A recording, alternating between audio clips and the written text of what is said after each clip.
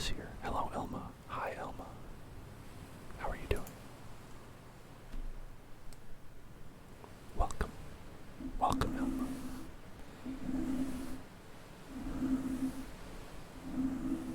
Nothing. I'm doing okay a little bit. I was a little bit bummed out after the Dark Souls stream because it kept going down and there's tech problems, and my brain gets a lot of anxiety when these tech things don't go right. I always feel like get these feelings like I'm a little bit of a failure, A lot of negative feelings build up at those times. I was actually pretty depressed yesterday, and it's the weirdest thing because it's, you can know in your mind, you can know cognitively, you can know it's not a big deal. You can know that it's not your fault, and you can know all these things, but still the feelings, they'll get to you and they'll bring you down for a little while. It's like get like a status condition, take psychic damage, then you have to spend time recovering your hit points before you can feel better again. Even if it's something silly like that, where it's just, oh, this stream died for some reason, So, as a result, I didn't get to do a lot of the things I wanted to do yesterday. I wanted to make some more people VIPs. I wanted to upload the video from the other day. So I just had to take the day off and just not do anything. And I'm feeling a little bit better. But these things, it's strange. One thing leads to another, and then it just cascades out of there.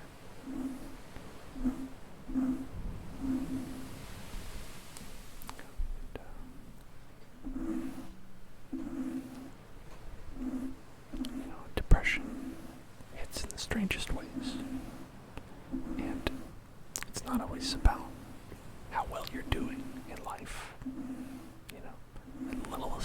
The littlest things can cause like a trigger that makes you feel bad, which is why, it's something that some people have to deal with their whole lives, even with medication, even with therapy. It's just, you have to always be working on it. I always talk about when you're exercising your mental health, it's like exercising your body, right? It's like you are going to the gym of your mind and you're trying to get healthy, but because, if it gets to be too bad, you can really have some negative thoughts in there. You can have some negative times. You can have a tough time in life. That's why you see people who are depressed, who are even like, you look at their lives and you'd be like, I'd kill to have that life,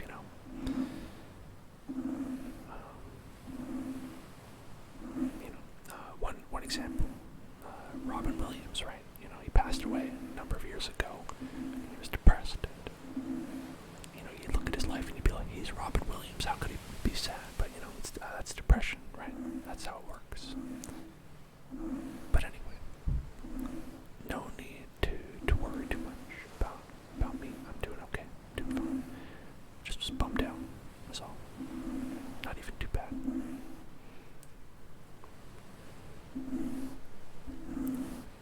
But, thought I would say it out loud because we talk a lot about mental health here, Talk a lot about different struggles that go on in the mental health region,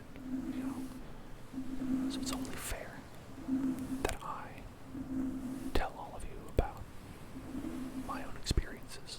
That way maybe it'll help out those other people feeling the same way.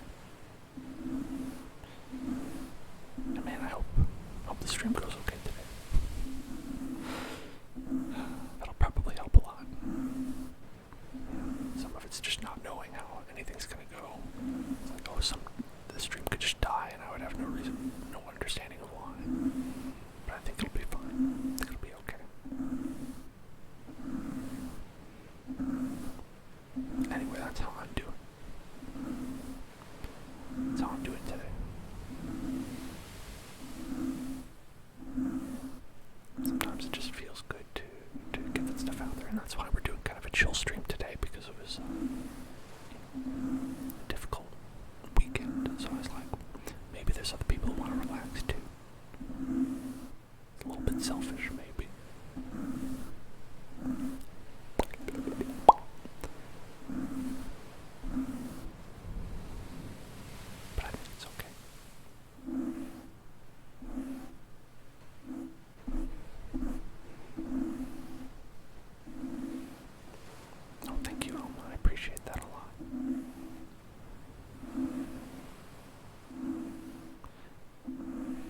nice comments like that really, really do help. I'll say, you get like negative comments. Like I think I also got like a couple negative comments on YouTube, which that's what YouTube is for, right? Negative comments, but those can really do a number. And when you get like a nice positive comment from somebody like Elma Poachin, it feels good. Helps counteract a lot of that.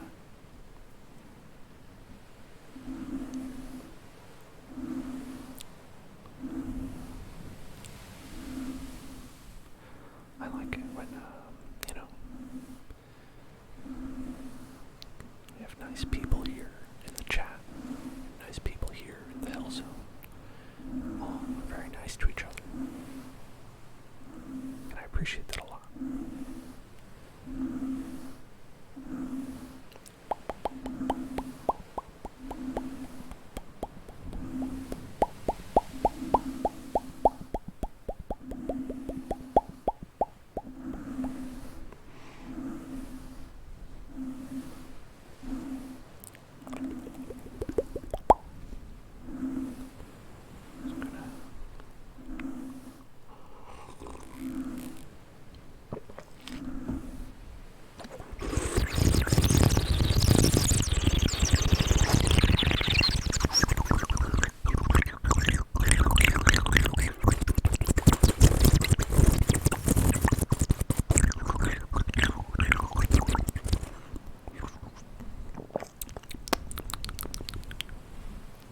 Thank you, Elma. I appreciate that as well. Elma says that I'm doing well as a streamer.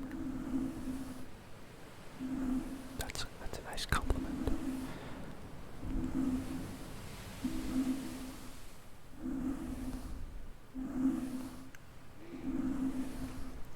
Yeah. Support is very important, and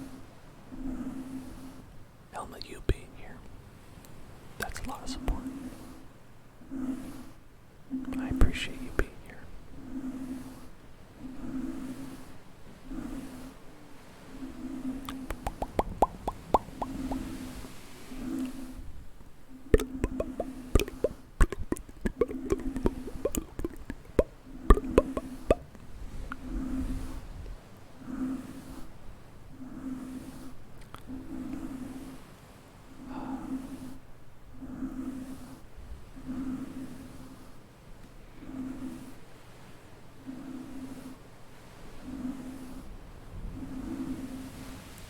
Thank you, Elma's hosting us today. I didn't know you streamed, Elma. What kind of a streamer do you, what kind of streams do you do, Elma?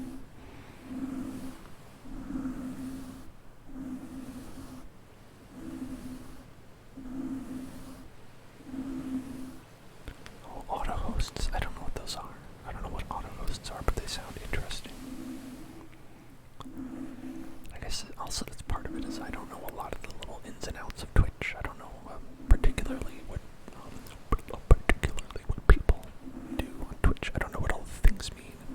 A lot of the time Twitch tells me I have a new feature and I'm like, I've never heard of this feature before.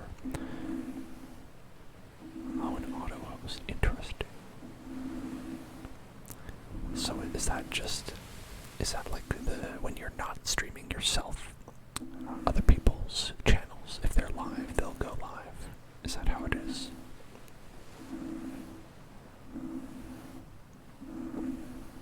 Interesting. Okay, I see. More people will. That's nice. That's good. I did see a little feature like that as I was looking through things on the list.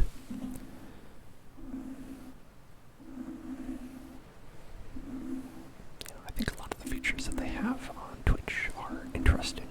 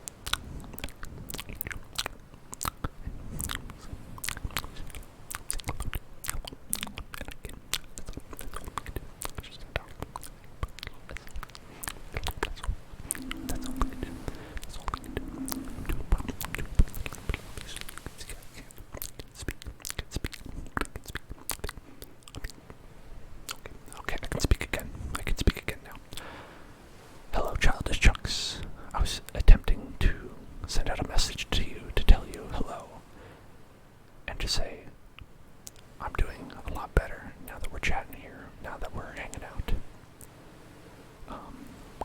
I was cursed before you came in. That's the issue there. And Elmo's talking to me, which is a very devious trick to redeem the inaudible whispers trigger, and then to ask me a question or to begin a topic of conversation where Elmo was talking about the Dark Souls stream and how there were lots of ghosts attacking me. And I was saying how I figured out how to kill the ghosts. I figured out how to get them. But it's using a special item that I ran out of, and I have to look up how to get more before the next stream, which is going to be on Monday. No, it's okay. It's okay to be cursed. I appreciate that. I appreciate being cursed because it's pretty funny, and it's good ASMR as well. We accept curses in the Hell Zone. Sometimes a curse can be a blessing. That's what they say, a blessing in disguise. And so tomorrow night, or evening, a little bit earlier, we're going to be, Denied Towel. Thank you for following. Welcome to the Hell Zone. Denied Towel. Denied Towel. That's like a good trigger word, I think. Denied Towel. Denied Towel. Denied Towel. Denied Towel. I like it. I like that one a lot. And so we're going to be playing Dark Souls, ASMR Dark Souls again tomorrow. And before we do, I'm going to look up how I get past the next area so that when I get stuck, it'll be later in the stream.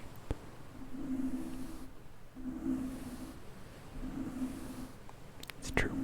The Dark Souls, it assaults you at every turn. At every turn.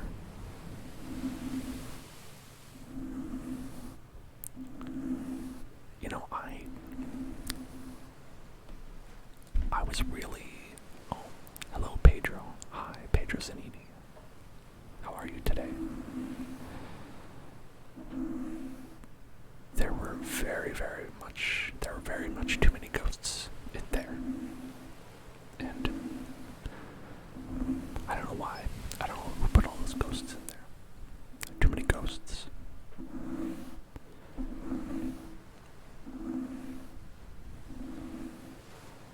When you go to the beach, do you take a towel or do you take a blanket? I like taking a blanket that you're not like really using, or a sheet, a blanket or a sheet that you can take where you don't really use it for your bed. You can just throw it in the wash or something like that. Not your own washer, and that's pretty nice. I think a towel might be too small. Oh hey, thank you so much for following. Save me, punk. Welcome to the Hell Zone. Save me, punk. It's like you want someone to save you, but you are also negging them a little bit. Hey punk. Hey punk, why don't you save me? An air mattress for the beach. Now that is next generation technology. I'm glad you're enjoying this, punk. I'm sorry, do you mind if I call you punk? I hope you don't find that to be an insult. I think being a punk is pretty cool.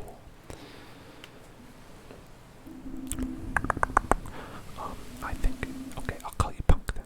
I'll call you punk. Yeah, I like this brush. Is my favorite brush. I'm tempted almost to go buy another one. That's how much I like this brush on the mic. In the past, we've tested many mics, many brushes with this one mic. This has been the best one consistently, both for brushing here and for brushing on the camera, even for brushing on the camera like that. It's been just great for everything. Highly recommended. It's wet and wild. For those who like to get wet and wild. You know what I mean? And you know what I mean.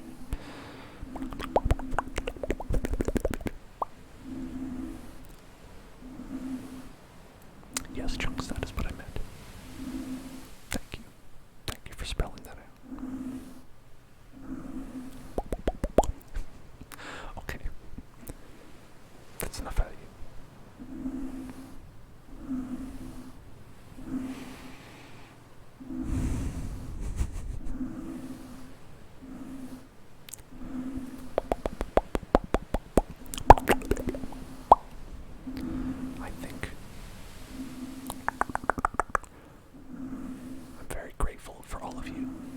right now. I'm grateful for all of you today. Having a great time with you. Thank you. Thank you for being here. It's very much appreciated. You're all wonderful people. Hope you know that. So let's just relax here on the beach together. Listen to the nice sound of the ocean waves and the breeze. I'll often listen to those kinds of sounds. It's beach sounds or rain sounds are my favorite, personally. When you're listening to just some not necessarily white noise, but background noise. If you just want something in the background, they're very relaxing. Rain sounds for you, punk. Yeah, rain sounds are very good. Rain sounds are very nice.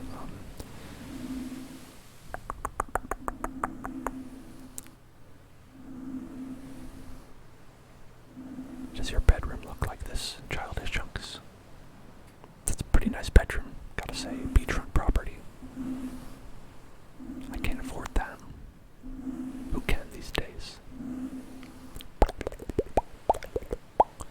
Oh, a running river sound is also very good. Here, I won't leave it on, but I have that actually.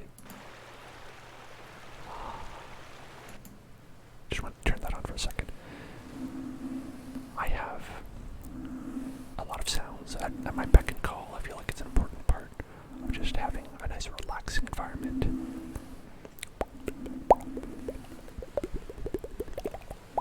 But it wouldn't make sense to have a running river with the beach behind us, right? So we're having a beach today. Today we're having a beach party. A beach party today. Beach party today. Enjoy the beach party.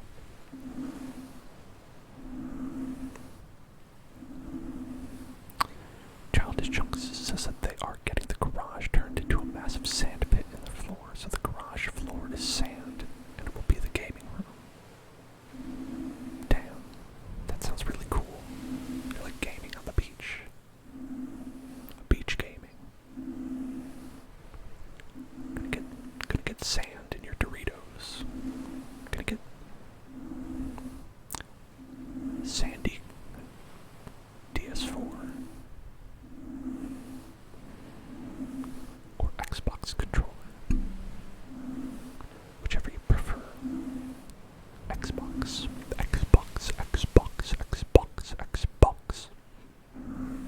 controller. Getting it nice and sandy, the way you only could with a. I guess you really would have no excuse to bring an Xbox controller to the beach unless it was one that you ported into your own living room. Now, one thing that's funny about where I live in Los Angeles is that there's a lot of weird health stuff here. A lot of weird, crazy health stuff. I'll tell you about one that's very funny to me. There's a lot of strange health things here, and one of them is called the salt room. The salt room. Salt room. And it is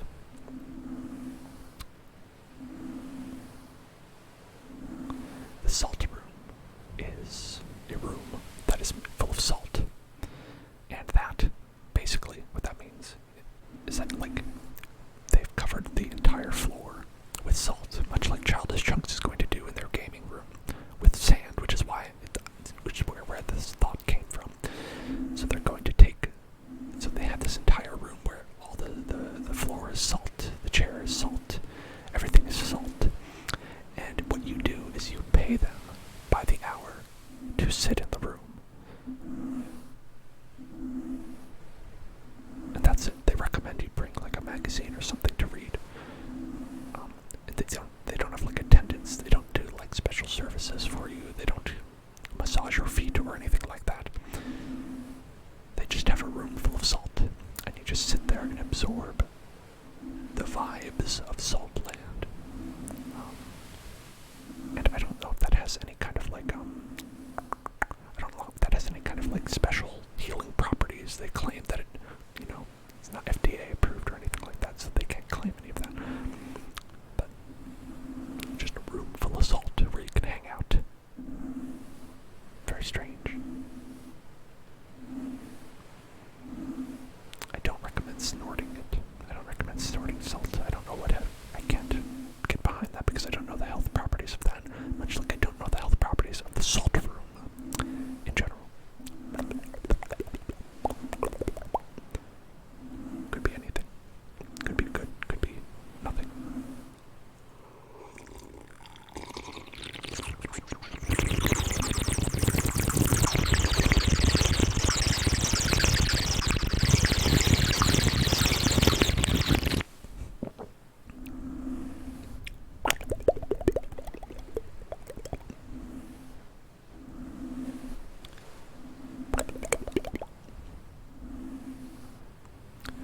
skin benefits. That's probably true. It might, yeah. I could see that. I could see it having skin benefits, but I think it would be better to like have some sort of scrub or something rather than just sitting in the room, you know. I don't know what the benefit of just having it be in a room is, but I guess that's the thing, is I feel like any kind of benefits that they'd have, you could do better at home. Like, you could just, like, rub some salt on yourself and then you'd be okay.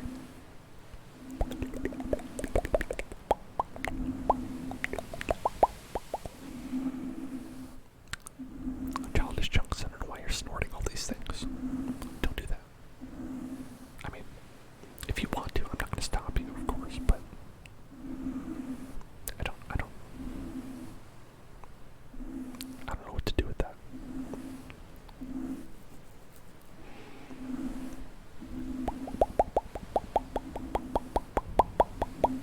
Yeah, I don't recommend it. You're welcome to do it, but I don't recommend it. I've always been kind of like the nose is for air only, please, sort of person like that.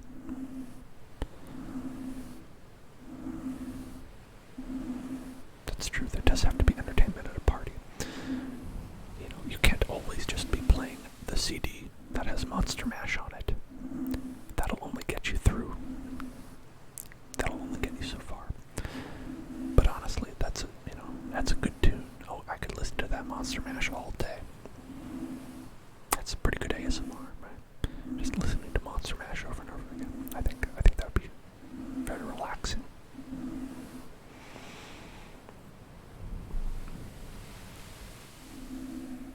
Oh, okay.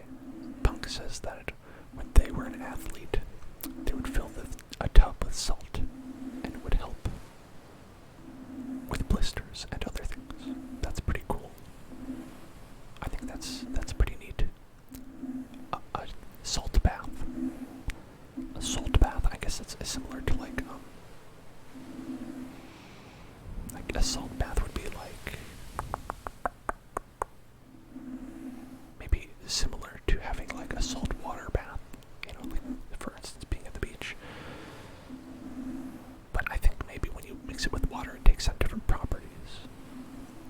I don't know if I've ever been immersed in salt. I wonder what that feels like. To just become like like how at the beach you might be. Has anyone here ever been buried in sand at the beach?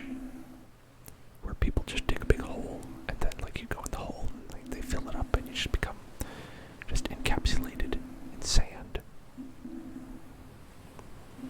I have, and that's like a fun. I like that. I like that feeling. It's like very like, it's cool in there. And it's like you have a certain amount of pressure on yourself. You can feel yourself being compressed into a diamond.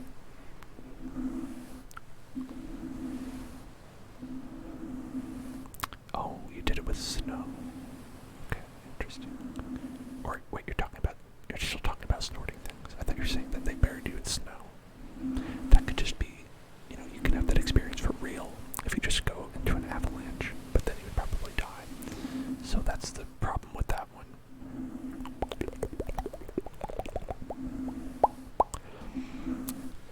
I think that I recently got a weighted blanket. A weighted blanket. Because it's supposed to be good for anxiety. And that's similar to the feeling of being like pressed up against like the sand, but I feel like the sand is different because it's like all around your body, and that's a pretty nice feeling. I know a lot of people would do that just because it was funny. They'd be like, oh, it's so funny to bury Uncle Jim in the sand, and then leave him there and drive away. Then he cannot go to Arby's with us afterwards.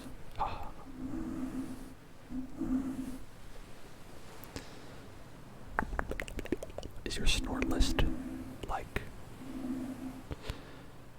your short list of things to snort with your nose? Gotta say, it's good to be unique. I'll give you that. I'll give you that. It's definitely a good thing to be unique.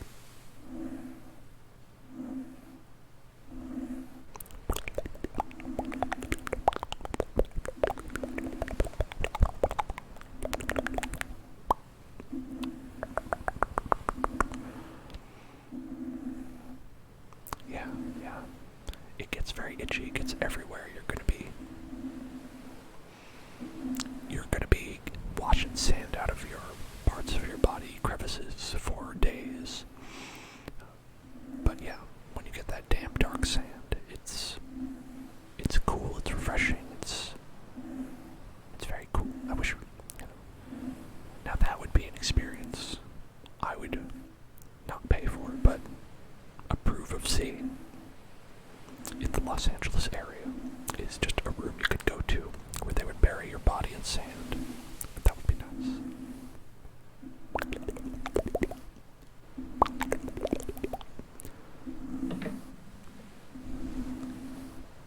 Childish chunks, as long as you are consulting your doctor before you do these things. I say go for it.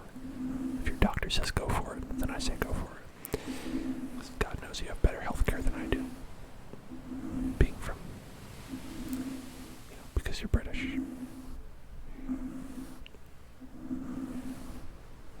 I guess that's probably the big difference there. Is it's like, I think for you, if you go to the doctor, or if you do these things and you have to go to the doctor, you're like, hey, no problem. Whereas if I do these things, I'm like, I don't know if I could go to the doctor. Uh-oh. So I better not do these things.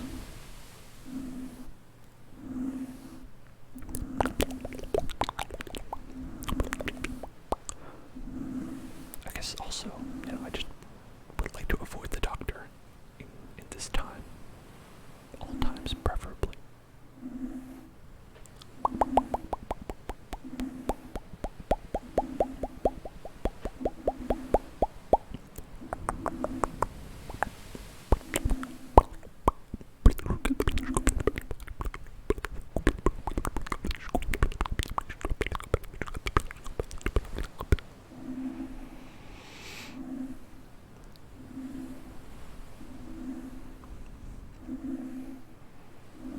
This is some thrill-seeking behavior we're listening to from the Junkman.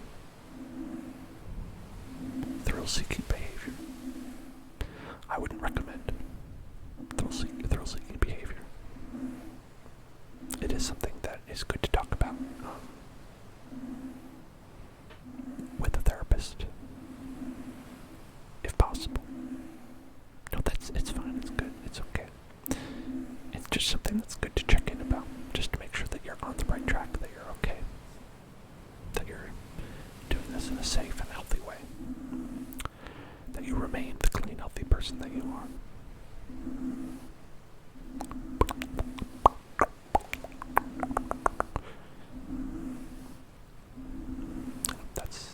That's my 2 cents on that.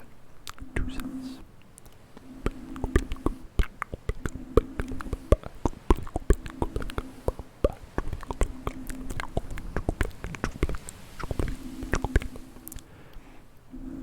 Relax.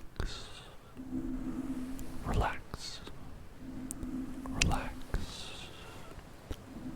Relax. Relax. Relax. Relax. Relax. Relax. Relax. Relax.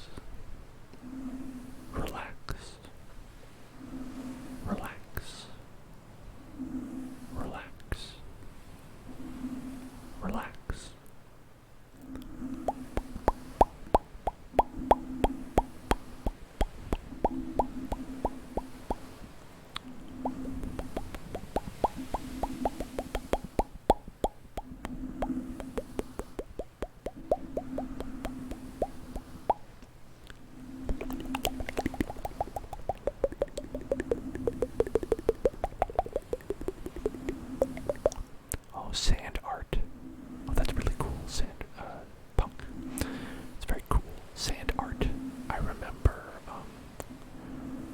do you remember when slime was big? I liked looking at slime.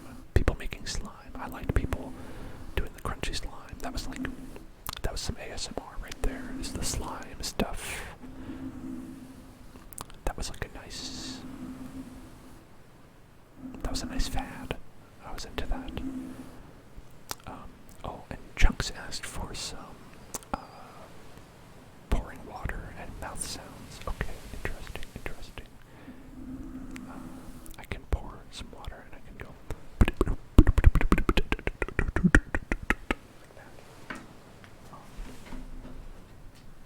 I don't have specifically anything to pour into right now.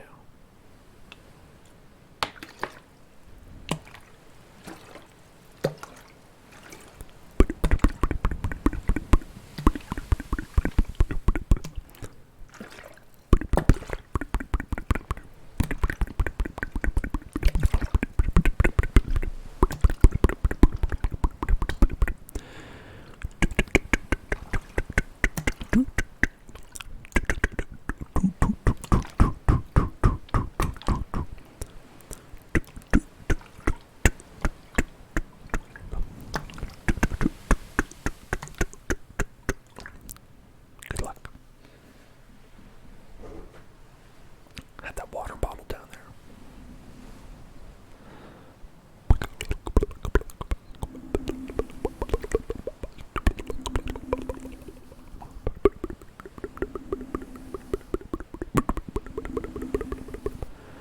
Sorry for keeping people up past their bedtime. It's the opposite effect that I'd like to have. I'd like to have the effect where you go to bed and you go to sleep and you have rest and you restful sleep, but also you might just be awake in general. So I won't feel too bad about that. You might just be awake. That's okay.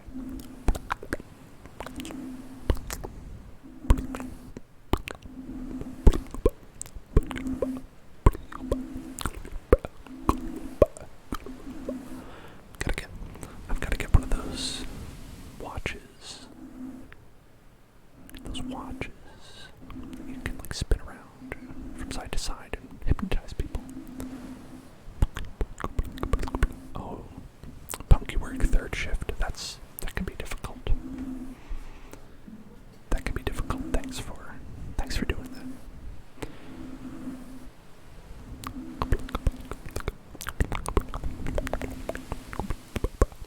I hope that at least you don't have to deal with a lot of people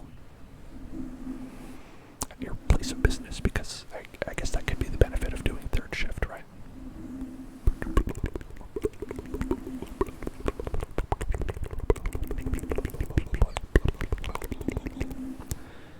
Yeah, that could be the plus side.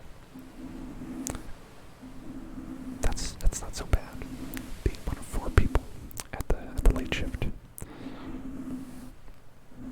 You do have a kind of a messed up sleep schedule, but I guess if it's consistent, then you can kind of have you can kind of work on it, and you can kind of just get into a rhythm of just the sleeping during the day, working during the night thing. I can't say. I mean, I end up going to bed about 4 a.m. anyway, so maybe that's already kind of like third shift.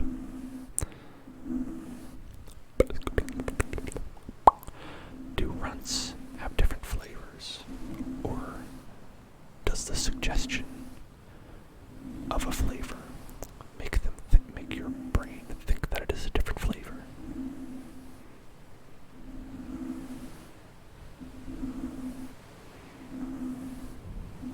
I think that about some cereals like Fruit Loops. I don't think any of the Fruit Loops actually have different flavors. I think they're just suggestions, and then your brain fills in the flavor. But if you were to do a blind test, you'd be like, these are all the same. Oh, so Punk says that their weekends are Wednesdays and Thursdays.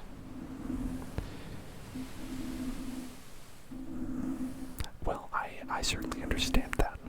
My weekends are... I don't even know what my weekends are. I try and do work every single day. My weekends are, I guess, when I get tired.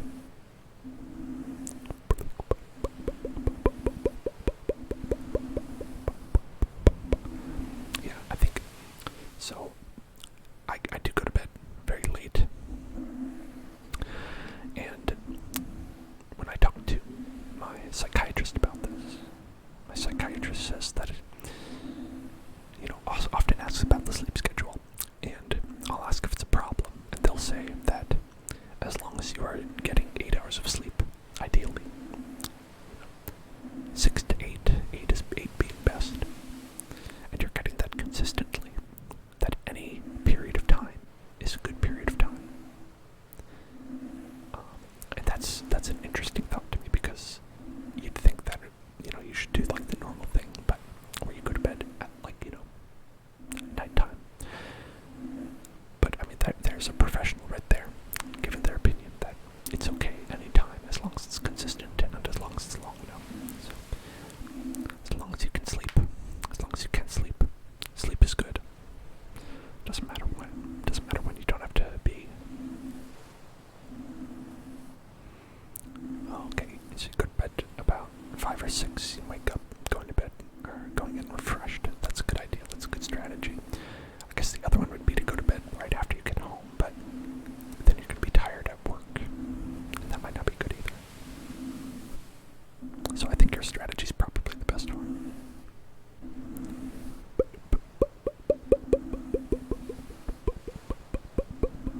That's what most people who work in the morning do, anyway.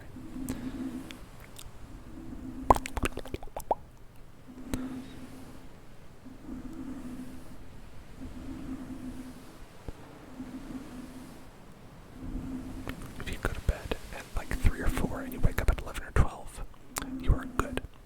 You are good to go. That is good enough. 3:11 is what they say. That's that one band. That's not very good.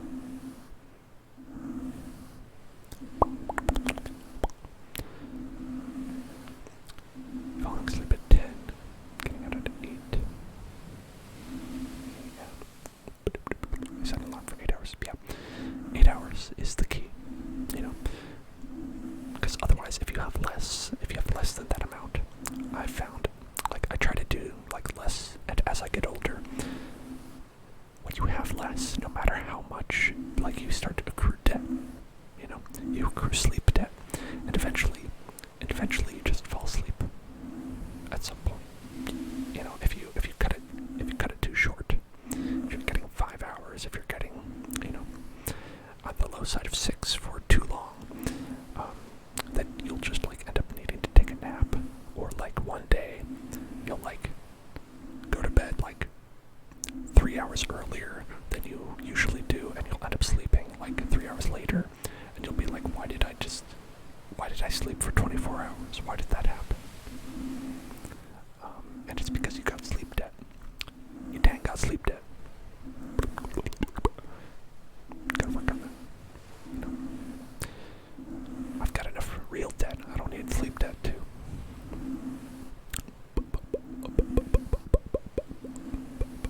Yeah, I can see the social schedule not working out so well with a third shift, because a lot of people are like, oh, I'm getting out of work now, and it's no, I've got to go to bed, and that can be difficult. Get a little bit of FOMO. You don't want to get too much FOMO of your friends doing something. Then you kind of risk drifting apart a little bit. But there's always people who are on your own schedule in the world. Right, and that's a good idea too. You can meet people for brunch, you can meet people for breakfast, whatever they're doing. Obviously not now, right? Because now, but the idea, you can zoom with them around that, whatever the case may be.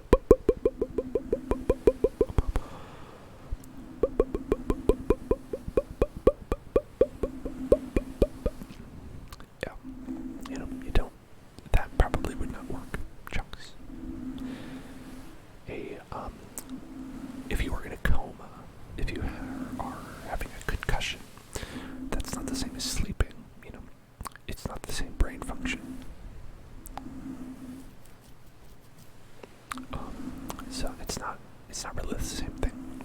So it's kind of like people are like when they I guess it's a little bit different, but I was thinking like when people go to bed and they're like and you're drunk. If you are drunk when you go to bed, you end up getting less restful sleep because your brain does not go into REM sleep in the same way that it does if you are sober when you go to bed. Because some people will be like, oh, I've got a drink to go to bed, and they'll end up being tired when they wake up. And that ends up being why. It's interesting. The brain works in different ways. The brain works in strange ways. Where I don't think there's necessarily a problem with people, drinking before they go to bed, if that's the only way that they can get to sleep.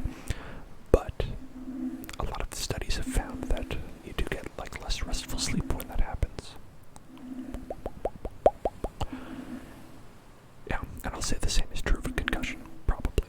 I'm going to say a concussion is not a good way to get a restful night's sleep, if you're considering either of them.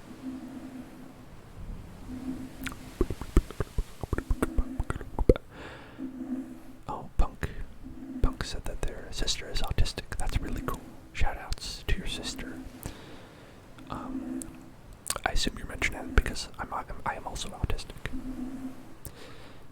High functioning, if you will. High functioning for me. I don't know how highly I function, but I do try. I try my best. She works as a chef. That's pretty cool. That's very cool. I mean, to say that I'm weird, I think that's an understatement as well. You can see all this right here. And Chunks is autistic as well. There you go. We have a lot of autistic friends here. We have a lot of autistic friends here, and we're always talking about autism. And yeah, to say that there are social issues, that goes without saying, I think anywhere you are on the autism spectrum, you're going to have social issues. It's very, very common. That's one of the that's actually one of the diagnosing qualifications that they use, is difficulties with social interactions. It's one of the things that doctors will use when they're making their initial assessments, so you can see a little bit self-deterministic in that way. And there are all kinds of different autistic people out there.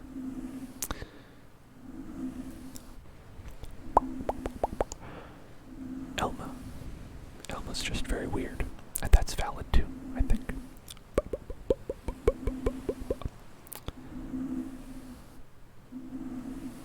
Right.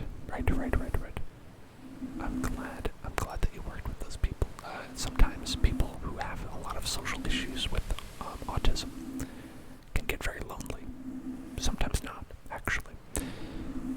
Sometimes people are okay in their own circle, in their own when they keep to themselves. Other times they're less happy with their situations. So just chatting with people and meeting them on their level, interacting with them the way that they want to interact, that could be really helpful.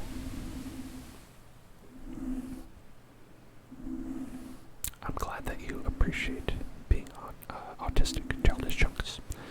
That is one of the most important things, I think, is that people who are autistic find a way to be okay with themselves, to learn to love the way that they are.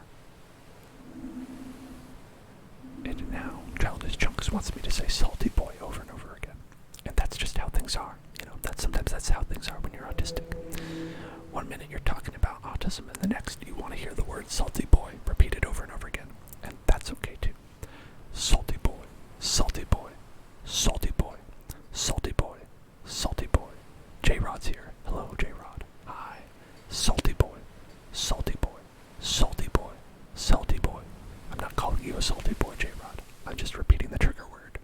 Salty boy, salty boy, salty boy, salty boy, salty boy.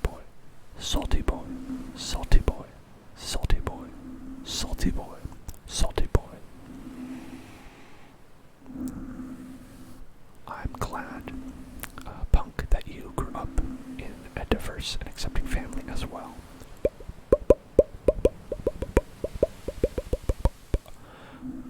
Yeah, people need to have patience and tolerance. Totally, you are totally right about that. You are totally right about that. And I think a little bit more knowledge and awareness helps with that. Learning about it, talking about it, and being open about these things tends to bring that out into the open and let people be more knowledgeable and make better decisions and talk to people, right? And I think that's so important, and that's really good. And, that's why I'm always out here. I'm always out here talking about autism. If anybody gets annoyed by that, I apologize. But that's just the way we do it here. That's the way we do it here.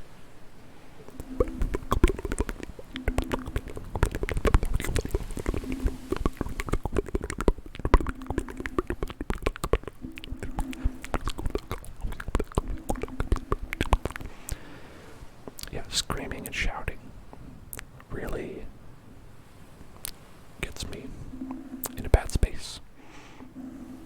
Mentally, that gets me in a bad space. I've never been good with screaming or shouting. I can handle loud noises sometimes, I've been to concerts without earplugs in. I've been somewhat okay. But if I hear people yelling, I will instantly recoil. I even take that back. Even the part about being okay in loud spaces, I did get better when I had earplugs in. So I would say, no loud noises, please. That's why we only do whispers here. Shh. Gotta keep it quiet. Quiet. Gotta keep it quiet here. Shh. It's okay. It's quiet here. Quiet, quiet, quiet. We just whisper. Only whispers. Shh. It's okay. Shh. It's okay. It's okay. It's okay. It's okay.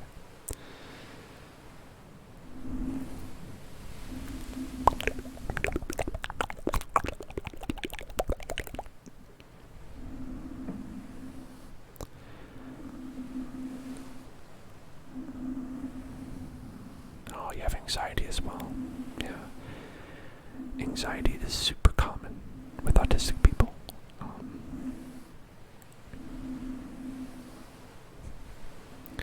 J-Rod.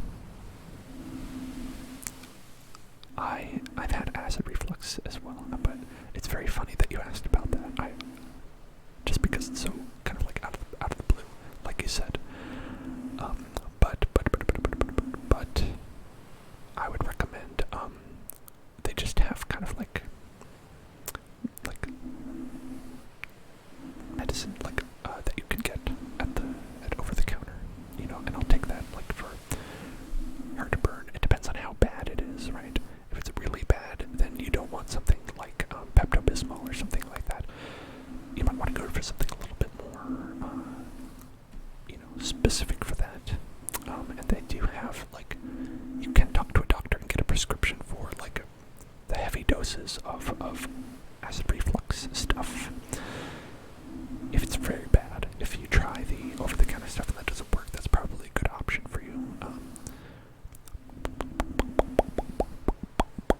But that is what I would recommend for acid reflux. Because that's no good either. That's not even autism. That just happens to people.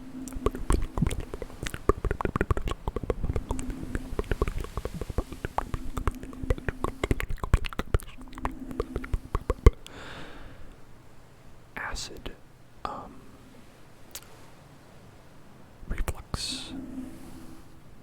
I've never quite known if that's only heartburn or whatever it is, but that's mainly how I've experienced it myself. I don't really get it in any other ways. I just get that kind of the tightness in your chest where you're like, am I having a heart attack? But no, it's actually just acid reflux. That's pretty common.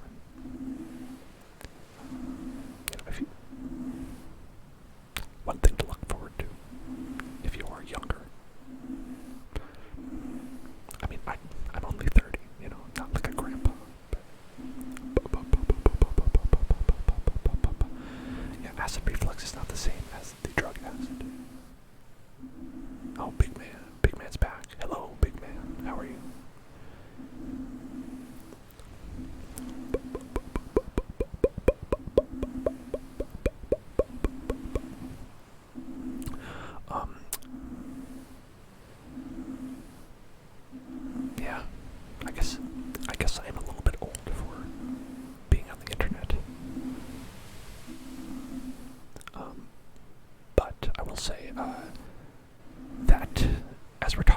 sleep and sleep health, we're talking about sleep health in various ways, is that you can actually have acid reflux more if you don't sleep well. If you actually get behind in your sleep debt, that sometimes being awake for too long or not getting enough sleep can be one of the causes of acid reflux. And that's like a weird thing too, right? It's like, why would that affect it? But it does. So that's one way to mitigate it as well, is to make sure that you're getting those good 8 hours if you can. If you can get those good 8 hours, those might help with the acid reflux as well. And especially you, J-Rod, you said that you were getting better from being sick earlier. So, what you gotta be like, you know, you gotta be on that. Oh, big man, you in fact are large in size. Being 5'10", I am 6 foot myself, but I would consider that to still be pretty tall. I would consider 5'10" to be a tall height to be. Whoa, Punk is the biggest person. They're 6'2". That's extremely tall.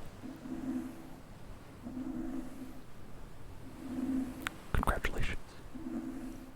You are the winner, Punk. You're the winner of the height.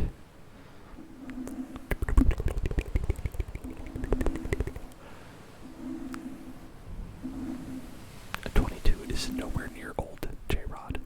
You are... There are 2 people here chatting who said that they were 30 years old. 22 is absolutely okay. You've got a good decade of life left before you are 30.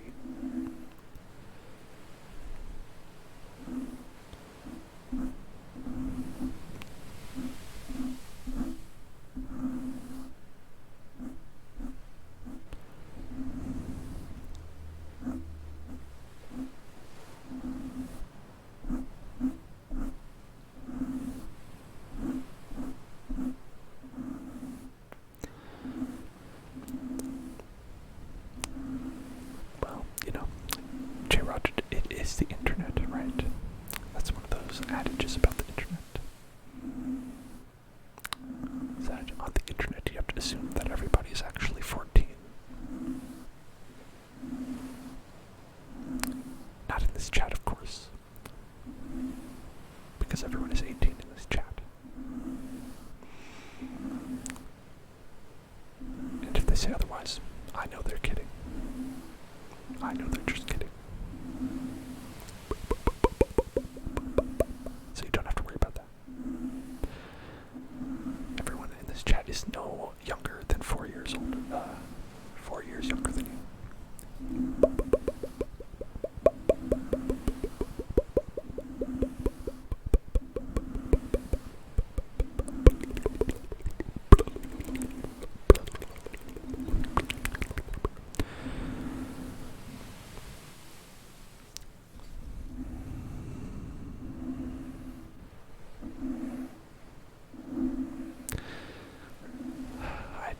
Some people were talking about 90s music. I was watching a video where people were talking about 90s music. And a lot of that music is now 30 years old. And that's a weird thing to think about. A lot of that music is getting up there in the range of the oldies, you know. And while that's not strange, you know, it's pretty old, but you know, it's getting up there. It's getting up there.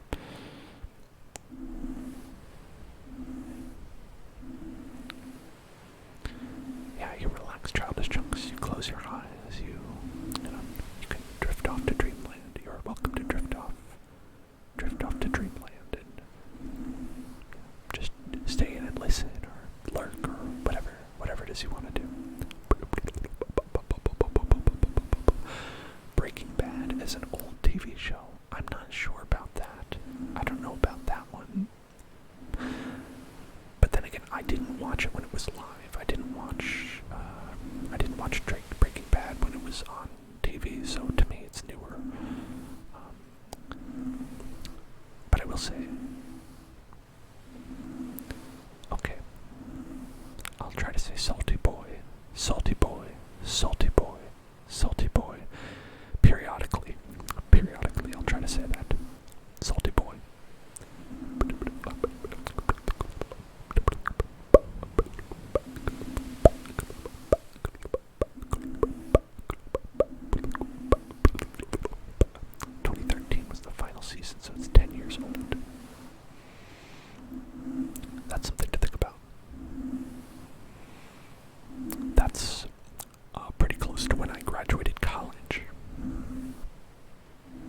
So I could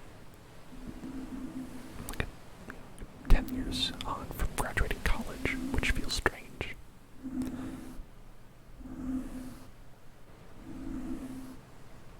Yeah, I was 2011. Okay, I guess it was a little bit earlier. Oh, but then it's been 10 years. Yeah, it's been 10 years since I graduated college, so I am a grandpa, actually. I changed my mind. I'm a grandpa. But I don't have to worry about anything like a class reunion because, I mean, I don't even know what that would be. We had a very large graduating class. What would that be like?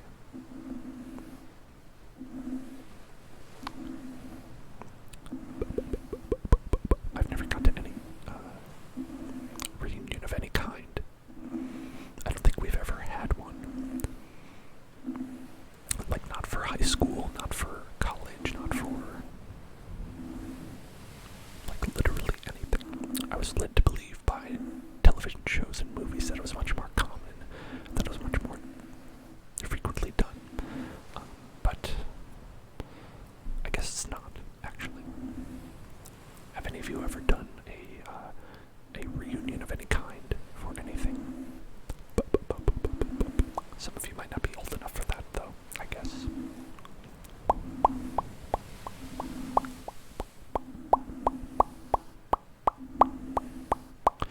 I have an uncle who's gone to like a bunch of like okay, so did you go to that? Did you go to your 10-year high school reunion? For punk. Oh, okay, you didn't go to it. Yeah. I think, yeah, for me, it's like, I don't think I would go for high school because, like, I went to a very small, it's kind of the opposite problem. I went to a very small high school. There was 100 people in the graduating class. And so it's like you kind of know everybody, and I wish that I didn't. There's 100 people, and you don't want to know any of those people. Well, okay, a couple were okay, but so it's like I'm not going to that, even if you have one. I don't even think I'm on the mailing list. Hopefully, they didn't even invite me if they had one. Oh wow, J-Rad has me beat. There were 40 people in his graduating class. Wow, that's very small. That's approximately half.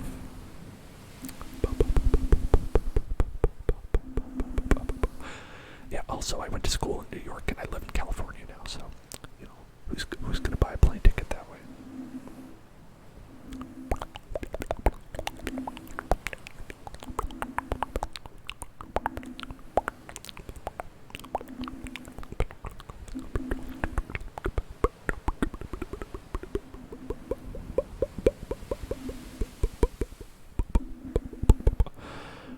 That's very interesting. It's very interesting. Well, childish chunks, I hope that one day you do get your GED somehow. Get your GED. I think that there's a lot of special education programs out there that do not give GEDs to the people who get them, which I think is you know, I don't think that's necessarily very good. It's not to say that you are necessarily in one childless chunk. I just know that there are a lot of like autistic people who do go into those programs, and in fact, an autistic person that I know was in a special education program, and when they went through with high school, they went to high school for all 4 years, and they got like basically a participation certificate, and not necessarily a graduation degree, so that they don't really like have the same GED as other people. And I get, you know, why you'd want to have that be like the baseline, where you're like, okay, you know, you have to be up to this level, and you have to make sure that you can learn up to this. I just think it would be nice if there was a way to bridge that gap for people who maybe wanted to bridge that gap. But that is merely scratching the surface of all the difficulties and problems that there are with the education system and the special education system. So we don't necessarily have to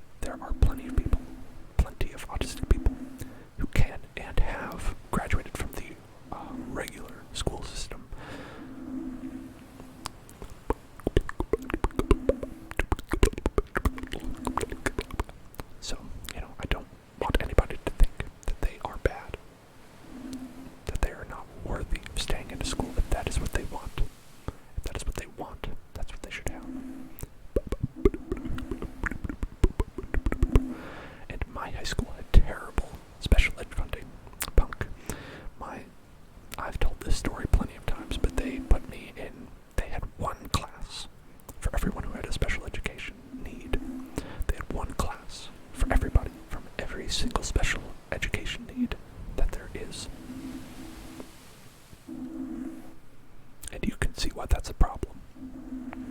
You don't want to put every single special education need person in one class and teach them all the same thing, because that is not going to be beneficial to anybody. You know, it's called special education. Ideally, I think you'd have one teacher for each special education student. I think that would be the ideal. Sometimes it is a stigma, sometimes it is money, because, you know, my idea obviously would be the most expensive. But you should relax. You should relax, Charlie Chunks. You salty boy. The salty boy. Salty boy. Salty boy. I said it before you even posted that, actually. Yeah. Yeah, there's so many troubles about that. So many difficulties. It's why whenever I talk to someone, whenever I talk to an autistic adult, whenever I talk to an adult with special education needs, I do feel a little bit of a kinship with them, because it's like we all went through the ringer. We went through the ringer, you know, but we don't know what that ringer necessarily was. But you know, we had to go through shit, right, to get there. And I don't even think I had the worst of it. I think I had far from the worst of it. Because Elma Poachin, I'm glad you fell asleep. Sorry you woke up. Did I wake you up? Was I getting too incensed? I hope not. I hope not. I hope not. I hope not. Shh. Elma Poachin, go back to sleep, Elma Poachin. Shh. Shh. Shh. I'm sorry I woke you up, Elma. I apologize.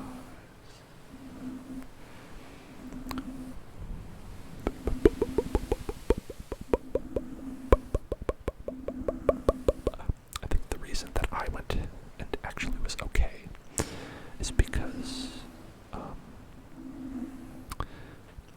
the only reason that I was okay is because my solution was to not be in the special education program at all. And so I kind of just was tossed in with everybody else in the regular programs in school. And I ended up getting through that just okay. I ended up getting through that and being fine. And if I was not okay with that, if I was not like on that level, I would have had a big problem. So thankfully I was up to that task. So that's really just me getting lucky. It's really just like me being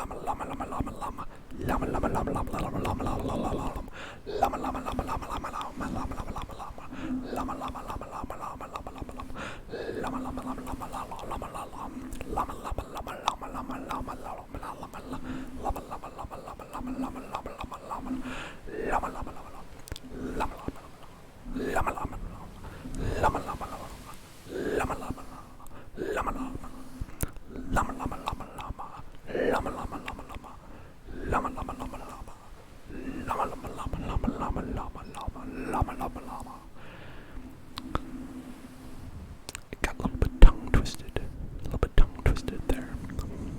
When I said llama llama llama llama.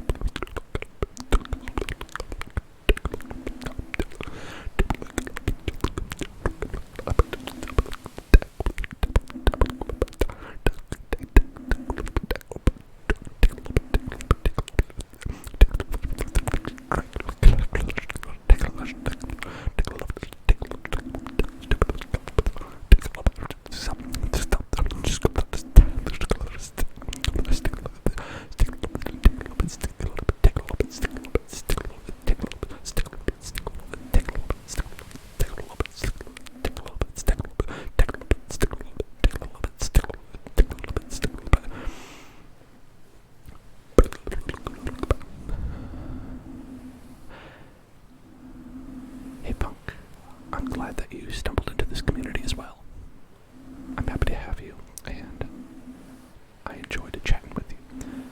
If you like, we can be playing ASMR Dark Souls tomorrow night. It's for everybody, not just Punk. And you're welcome to join for that. That's going to be a little bit earlier in the day. You might be asleep, but you're welcome to join Discord and hang out and see what's going on. We always chat in Discord. You can type !Discord to get that if you are a Discord user. Otherwise, I'll just see you in another stream. Ta-ta.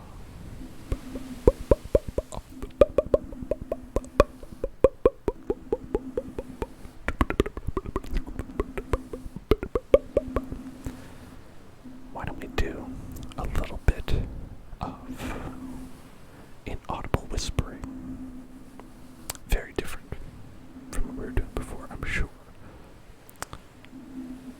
So I will be whispering inaudibly unless anyone has a comment in the chat, I'll respond in audible whispers for that. But otherwise, will be inaudible. Yes, Elma, I'll be doing them just now.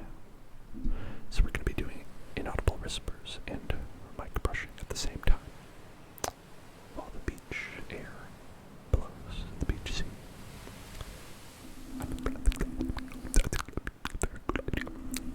that would be something that would be really nice. It's good to listen to. And talk about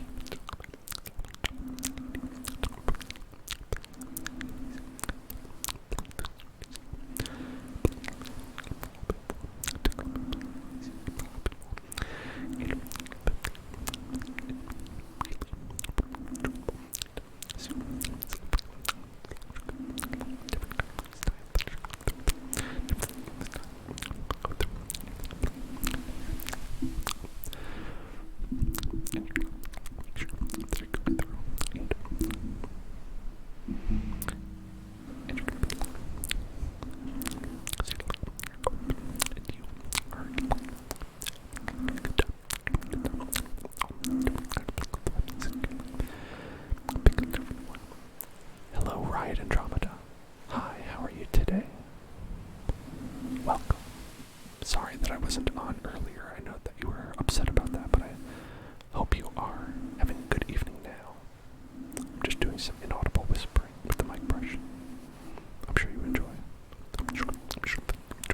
I'm sure that you enjoy that. I'm sure that you're having a good time with that.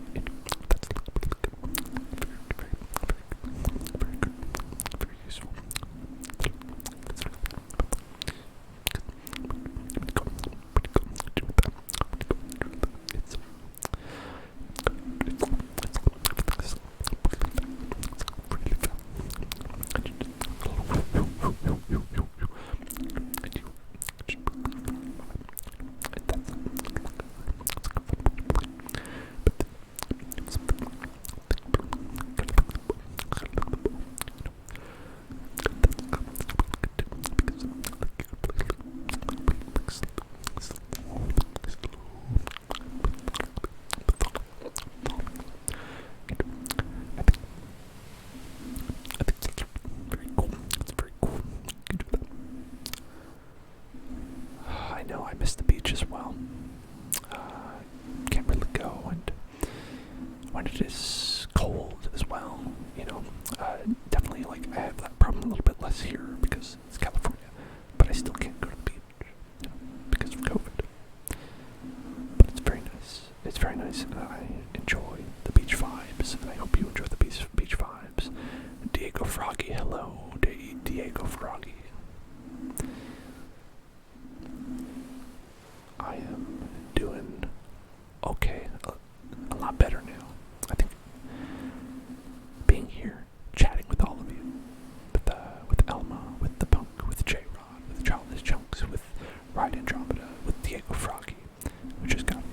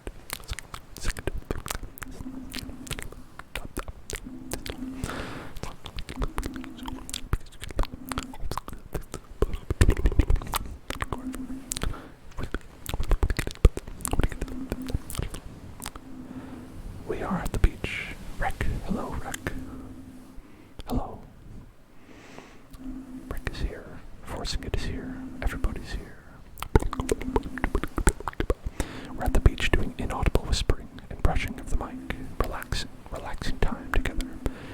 A relaxing time for everybody. Because I assume a lot of you have work tomorrow. It's kind of like we're going back to work day after the nice, relaxing vacation. And nobody likes that. Nobody likes that very much. So why don't we relax? Relax. I always bring my gaming chair to the beach. It's funny that you call it a gaming chair. This is an office chair that I got from like Office Depot or something like that. It's quite the polar opposite of a gaming chair. That would be pretty funny though.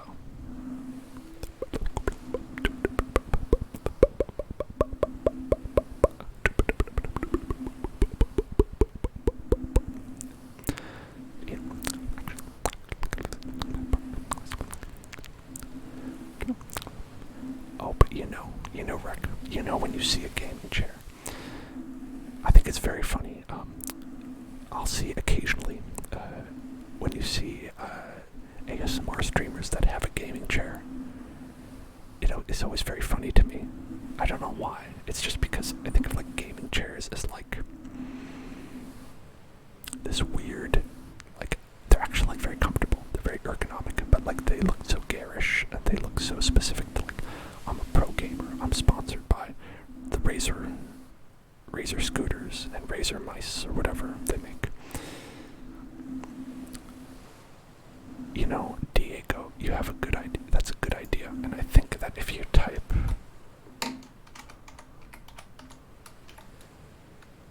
hey look, I just made an ASMR YouTube channel just now, and now you can go check it out. I'm just kidding, I already had one. You can subscribe if you like. I put all the old streams up there. If you watch every stream here, you're not going to see any new content, but I do cut out some clips that are good that you can watch. I'm sorry that your gaming chair is not as comfortable as I've been led to believe gaming chairs are.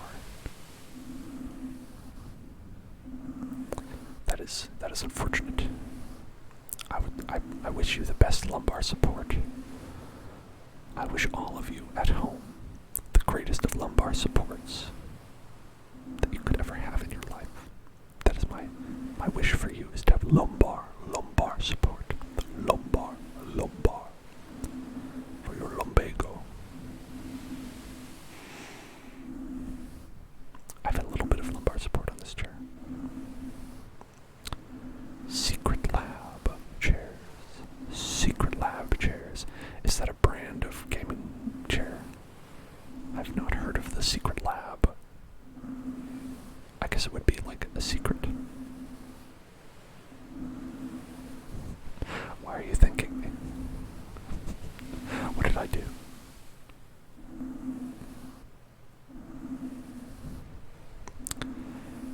Okay, well, and I'm glad that you're at least comfortable. The squeaking could be a problem. I think mine thing.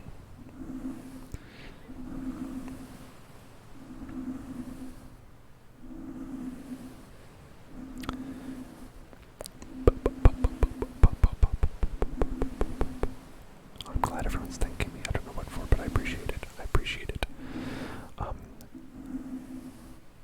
Forcing It says that a weekly stream highlight video don't think would be a bad idea. Like 2 a week, one video for non-ASMR highlights and the other for ASMR highlights. I think that's a good idea. Oh, that's no problem. I just, I don't mind. Being thanked feels nice. Doesn't matter if you did anything.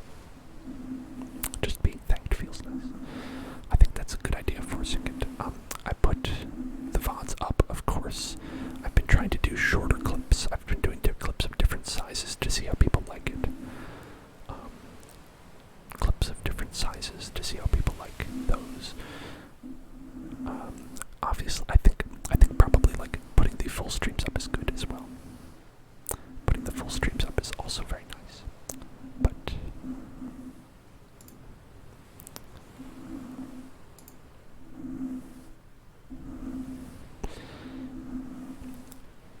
also think that people like when there's just like a little bit of a clip. I did like a clip of every time I did the water sips from like the last stream. I did put that one up. Every time I did the water sips, when I did.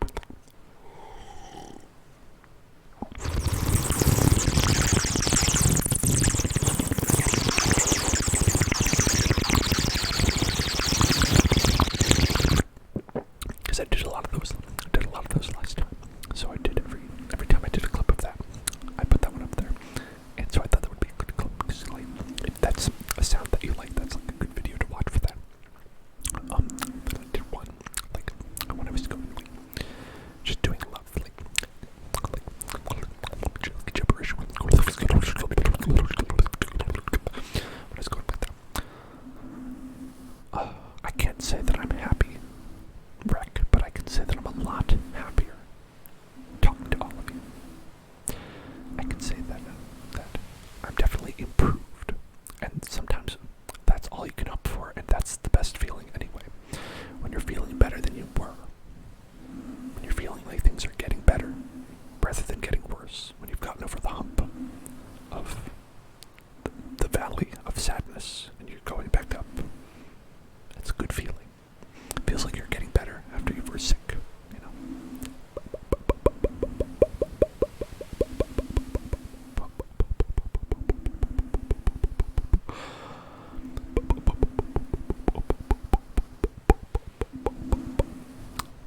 A lot of people are having trouble working out because of gyms being closed. Are you experiencing that as well, forcing it? I've been getting by with Ring Fit Adventure for the Nintendo Switch. With Ring Fit Adventure for the Nintendo Switch. But I've been slacking up quite a bit. I've been slacking with that. Where I don't do it perhaps as much as I should.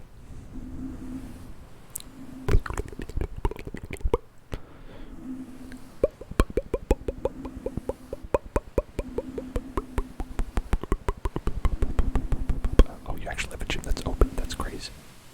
I didn't know that they had those.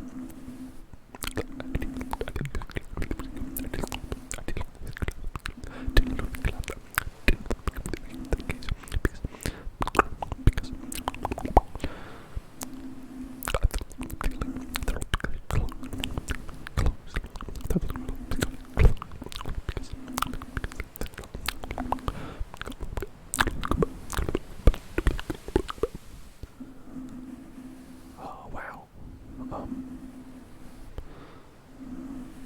Just doing push-ups and running and tree punching. That's pretty intense forcing it. I hope the trees don't mind. I hope the trees are okay. That you don't like palm them and like have them explode. Like palm them right in the face and then have the trees like explode because of the sheer force of your punches.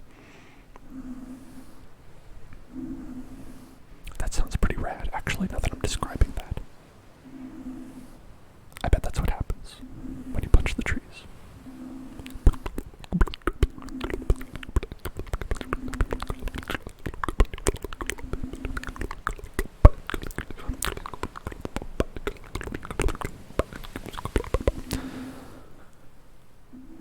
Oh, Minecraft. Yeah, punching trees in Minecraft. I have done that before.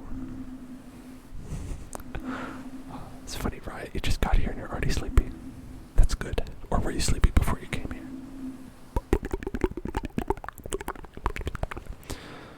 Either way, that's a good thing. Hello, Unfair Japan. What are we seeing? You're throwing poop. Are you throwing poop at a person? That's not very nice.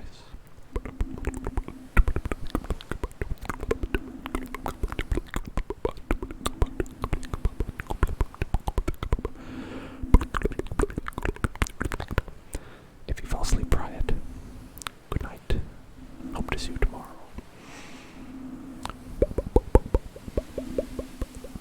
All of you as well, not just Riot. Everybody, of course, of course.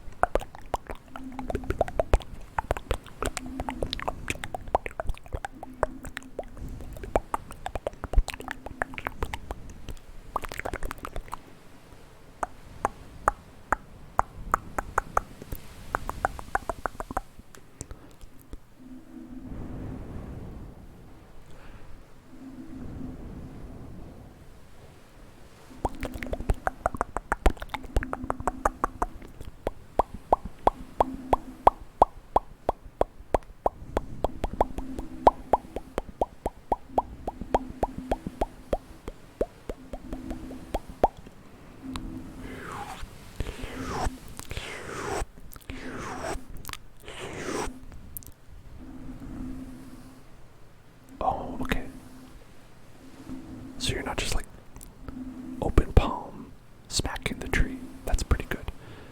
Using like boxing gloves. I bet that it's a lot of resistance though. You know, like when people like do the punching bag, that at least has like a little bit of give on it. So I bet. Oh, that's not too hard on your elbows, or your shoulder. I know that there can be like a lot of like repetitive stress injuries that come with like working out in certain ways. And I hope you're okay. It seems that you do a lot of practice though.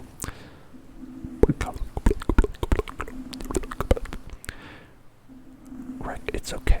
Forcing it said that they water the tree. And they treat the tree well. I think Forcing It and the tree are sparring partners. They're sparring partners locked together in a cycle of violence together. Much like the Warrior of Light and Garland from Final Fantasy I Dissidia. But they are eternally fighting every day in the realm of dreams. That's exactly what it's like.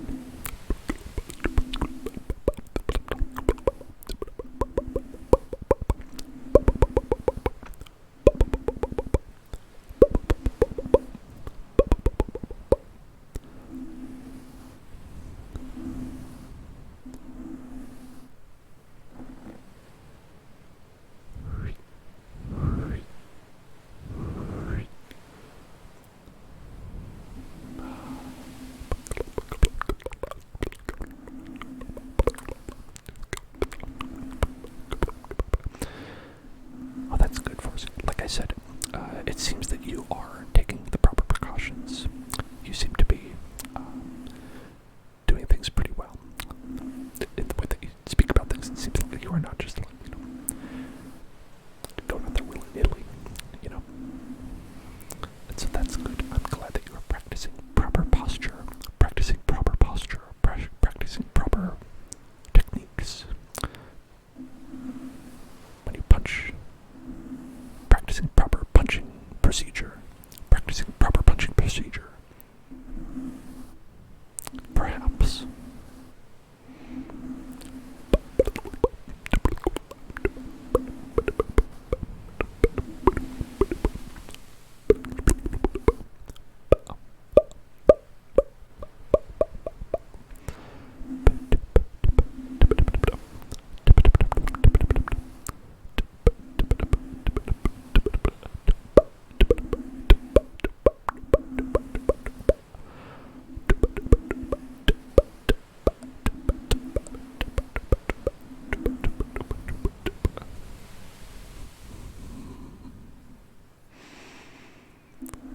Speed training. I don't have a lot of speed training. The only speed training I have is for mouth sounds. That is the only speed training that I've been able to do. I can do quick mouth sounds, and everything else that I do in my life is very slow. That's the one thing.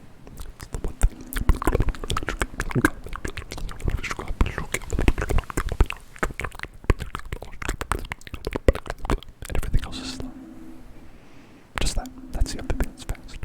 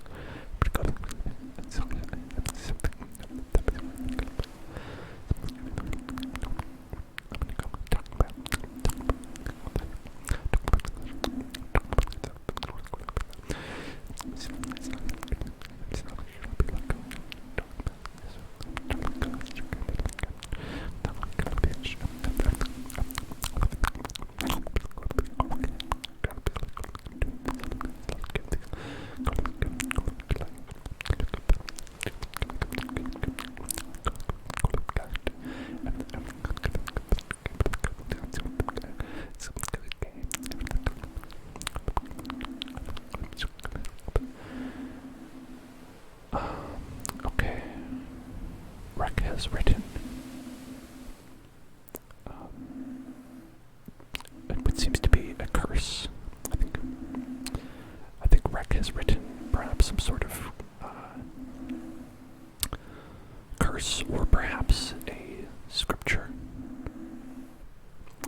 apologize in advance if I curse anybody, or if I give you some sort of enchantment by reading this.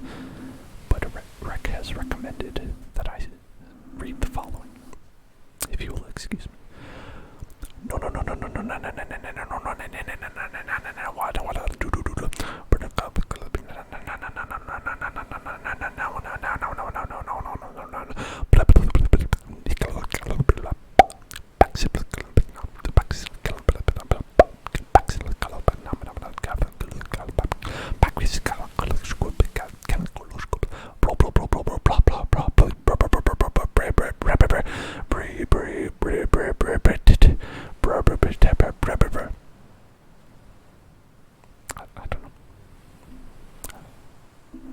I don't know if that was, but I read it.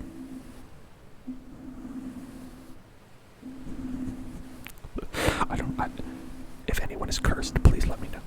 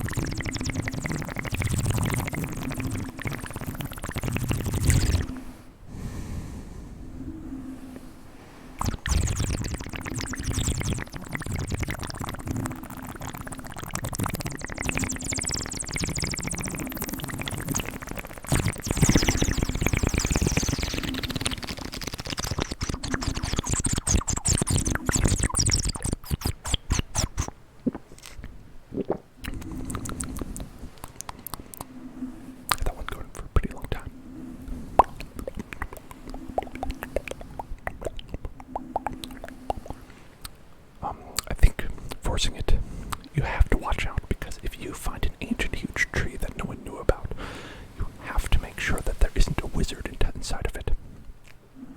That can happen. Sometimes if you find an ancient huge tree that no one knows about, there's actually a wizard inside of it. And you might release the wizard or hurt the wizard. And that can be an issue. That can be a real problem.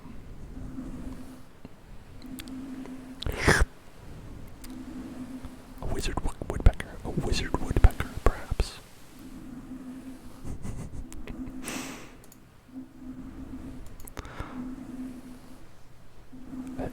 Right, is that a good emote or a bad emote?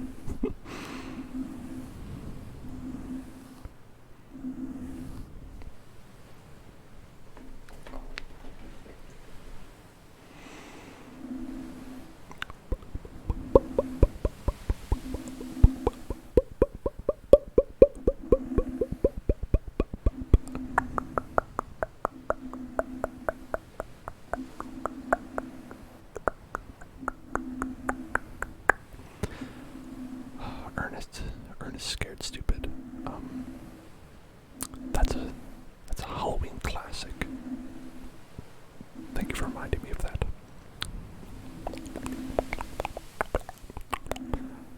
Yours did not come up, Rick. I don't know if you have the haha sweat emote.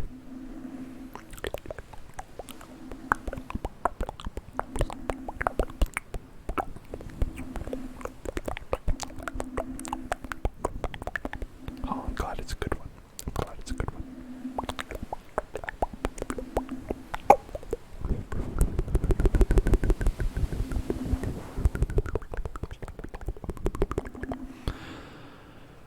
Ernest or Jim Varney. I believe he's in retirement now. I'm not positive about that. But I don't believe he's still working in the business. Jim Varney, who played Ernest in the Ernest movies. Jim Varney. Played Ernest in Ernest Scared Stupid. Scared Stupid with 2 O's, of course. Of course it has 2 O's. They came out with an Adam Sandler movie for this Halloween that was quite popular. That was trying to do an Ernest Scared Stupid thing, but I don't think you can beat the classic. I don't think you can beat the classic.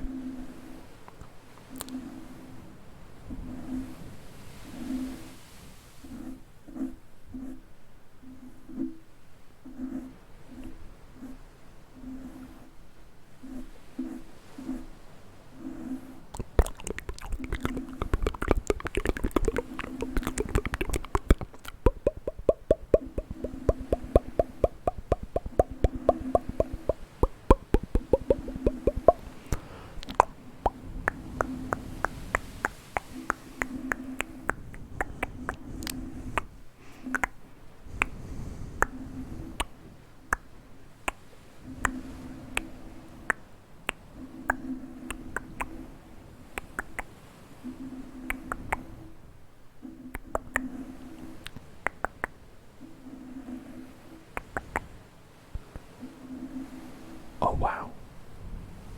Jim Varney died in the year 2000 at the age of 50 from lung cancer. Wow. Pour one out for Jim Varney. Rest in peace. I didn't know about that.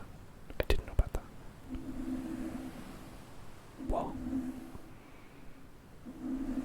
you learn something new every day.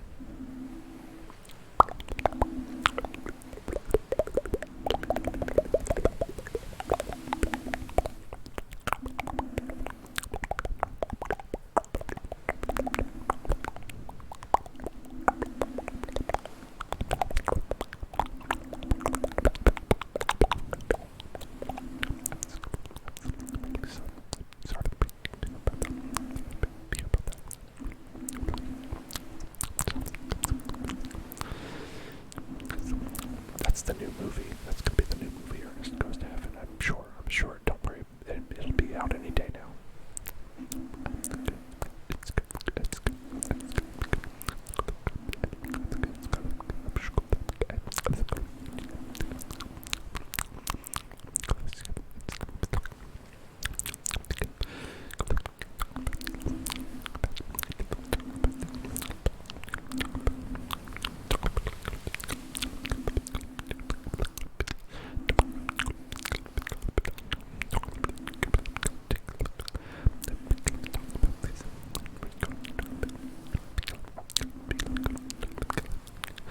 It's good.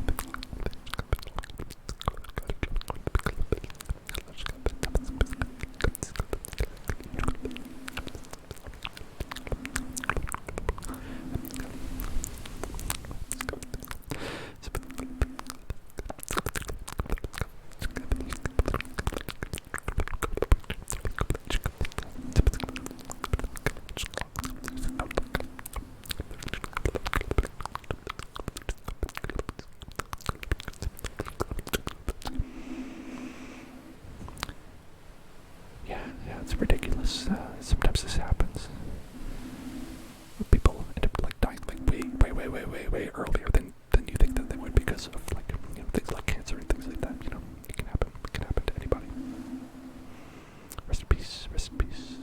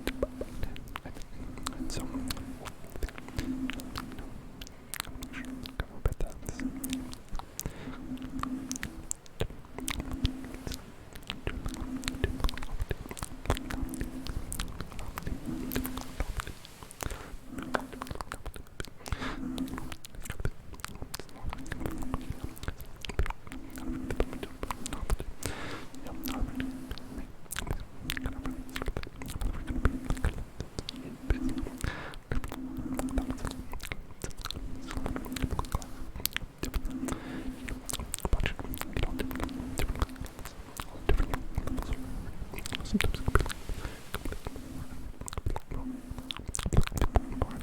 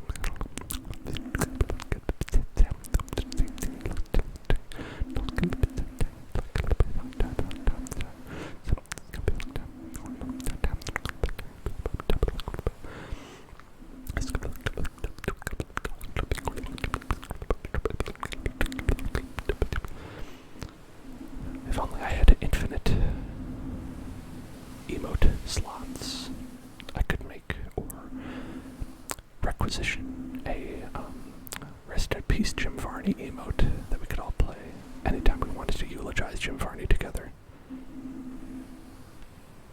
I think that would be a great use of an emote slot, of course, of course, of course, of course.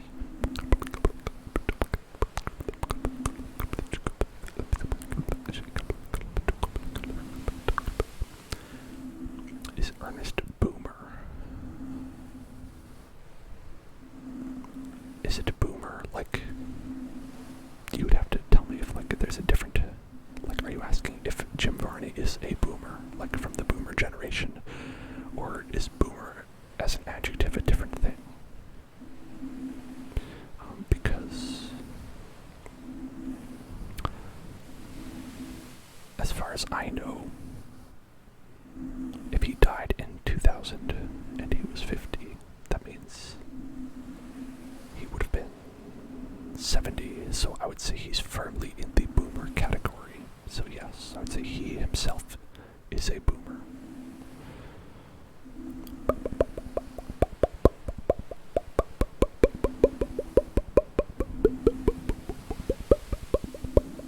If you're asking if the movies themselves are boomer classics that boomers love,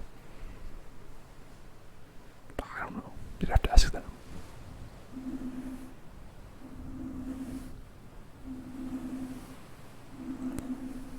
I treat Ernest like campy humorous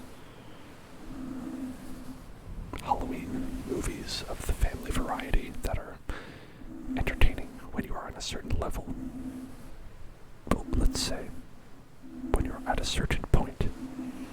Let's say, I would say something else on the. Oh, thank you, Hand Jobs. Thank you, Hand Jobs, for joining the Hell Zone. Welcome to the Hand Zone Hand Jobs.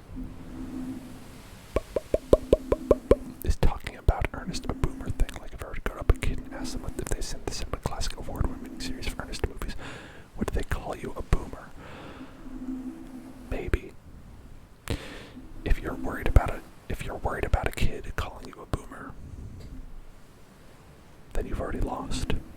Unfortunately, there's nothing that could stop the child from calling you a boomer. What changes is how you react to that. And also, I think talking about Ernest, like, I think you would like Ernest if you were in the same variety as like Halloween Town, or if you were liking Teen Witch, like some like that sort of variety of like campy, family-friendly Halloween movies that are not specifically scary. But, you know, if you're saying, hey, I loved like Ernest Scared Stupid when I was a child, like, then they might be like, oh, well, then you're clearly pretty old. But if you were just talking about like, oh, here are some, you know, campy horror movies that I would watch, I think you're in the clear at that time.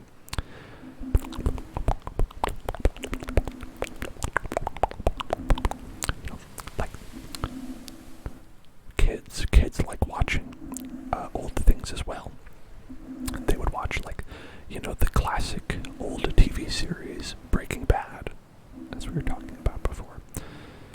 The old television series, The Office, the classic of, I don't know, what, like, 40-year-old virgin. Some, you know, they would watch, like, but they would, like, consider it to be, like an old classic, right? They would not consider it to be, like, something that was new or part of their childhood, because it wasn't, right? They would only consider Fortnite the one thing that came out and the one thing that defined their childhoods. That's the only thing that is their own when you're talking to a child. Or Minecraft. Or Roblox, depending on the age. Roblox. I've experienced most of the kid things that kids like, but never Roblox. I know what Roblox is, but it does not seem like I would enjoy it at all. I cannot join the Gen Zs on their journey with Roblox. That's one they're gonna have to make on their own.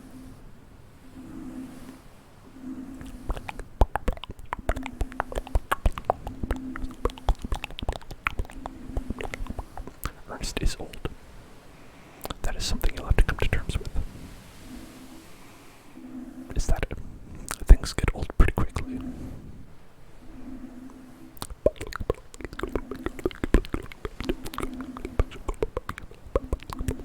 Things get old very quickly.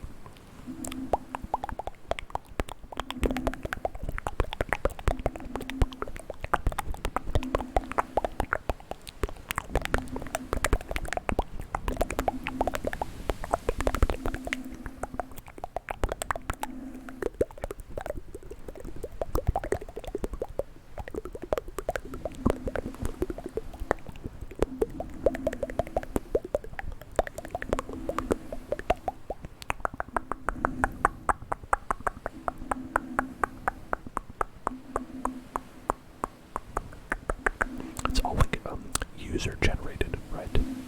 With Roblox. But that's like you make your own content and then you have to pay the creators of Roblox to play the content. Is that how it works? I don't. That's the part that really has driven me away from it, because like even if you have something like Minecraft, it's fun for everybody and you really only have to pay the one time, and then you can just have a good time unless you're playing the you know, they made the part but you have to pay one. They made the part you have to pay a lot of money. But they made the part where you have to pay a lot of money, but you don't have to play that one. And I don't. I certainly never have and never will. But I think with Roblox, that's the whole thing. Certainly with Fortnite, that's the whole thing.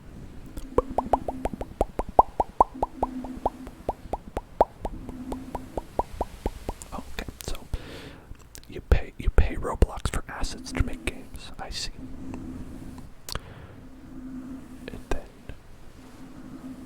I guess Roblox makes money off of that, off of the content. I don't like. Here's a secret about me. I don't like when companies make people make content and then make money off of it. Don't tell Twitch, because that's their whole business plan. Okay, that's just a secret between you and me. Okay.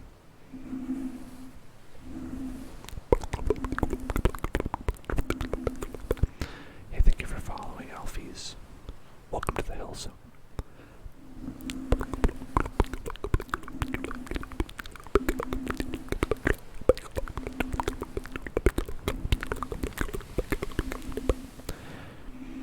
Yeah, V-Bucks. V-Bucks from Fortnite. Exactly.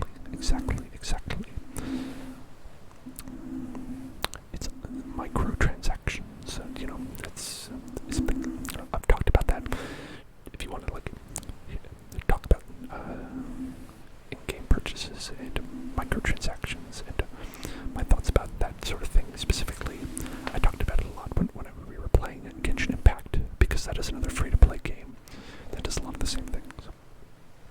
But it just so happens that I enjoy that one, so that's why I actually was playing that. I haven't played Fortnite. Maybe I would like it, but I don't think so.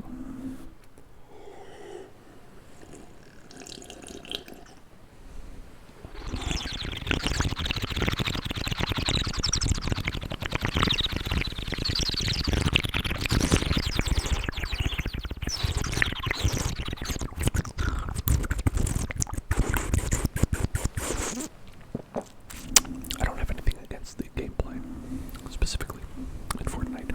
I just don't think I would be very good, and I think I would be pretty bad at it. And that's really like what it comes down to.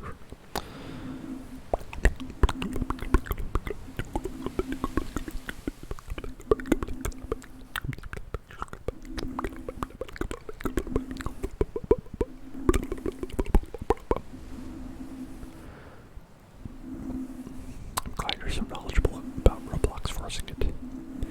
It's very rare to find someone who does know about Roblox.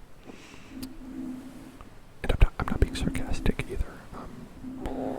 Most of the people who know about Roblox are too young to be on this stream. So I appreciate that. Appreciate the knowledge from the front lines, as it were.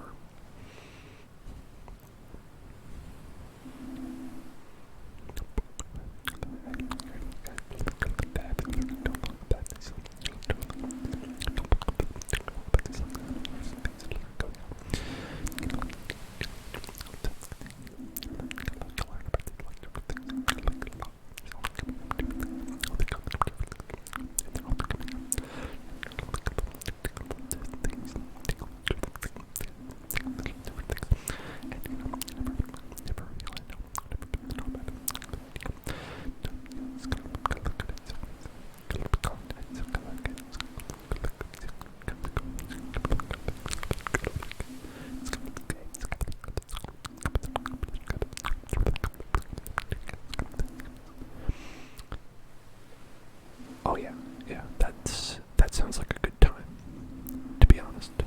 Going and finding just the worst possible games that you could find. Things like, it's kind of like when you can do that with a lot of things, right?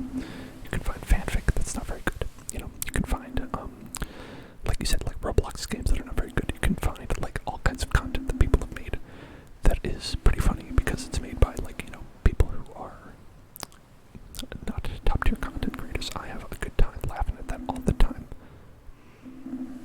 I try not to let people know.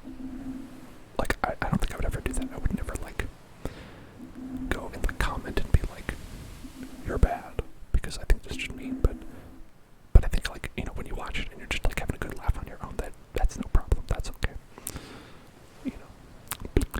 As long as you're not making anybody feel bad, that's good stuff. It's enjoyable.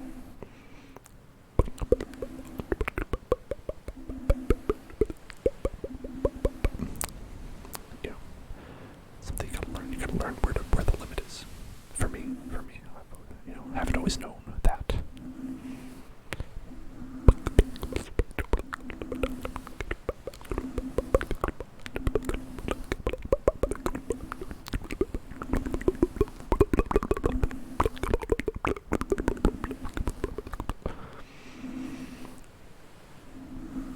I think, I was trying to think of like where like Mario Maker also has like a lot of good user-generated content, but I gotta say, a lot of the stuff that I found on Mario Maker was just actually good though. There wasn't like stuff that you'd go and like it'd be like this hilariously bad. For Mario Maker, I'd just go on and it'd be like, wow, how's everyone so talented? So that's like one of the rare instances where it's like, it's maybe it's just because it's harder to find the bad things, or the bad things aren't very funny. That's probably it, actually.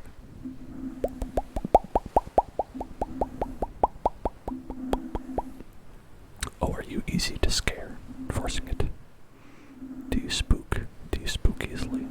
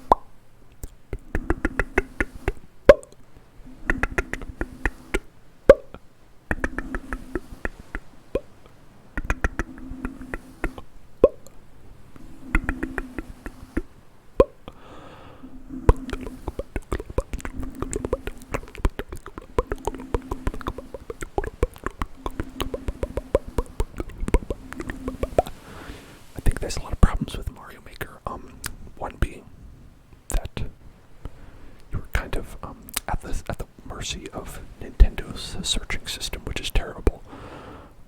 And also their own, like, they have like the weird like content creation things, and also like they take it down after a while. Like if no one plays your level for a little while, they'll just take it down or something like that.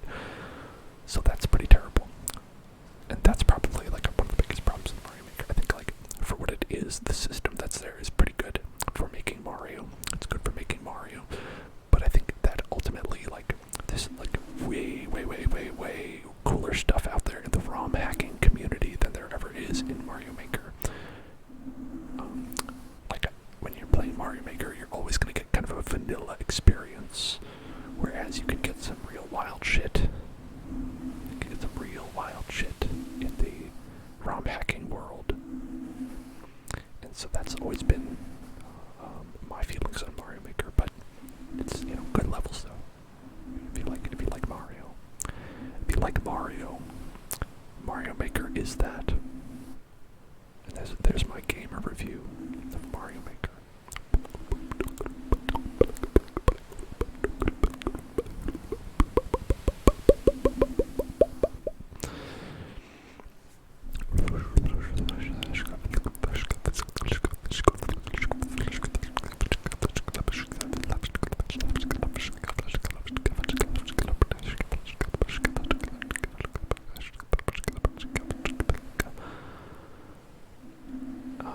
Thank you so much for following the Noobist 2123. Welcome to hell. And you can tell we're here because it's thrill.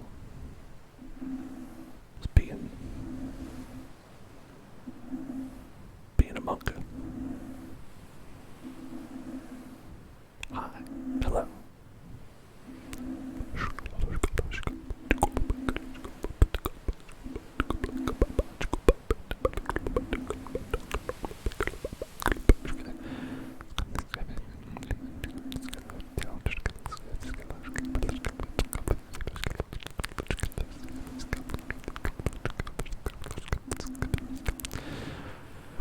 Forcing it.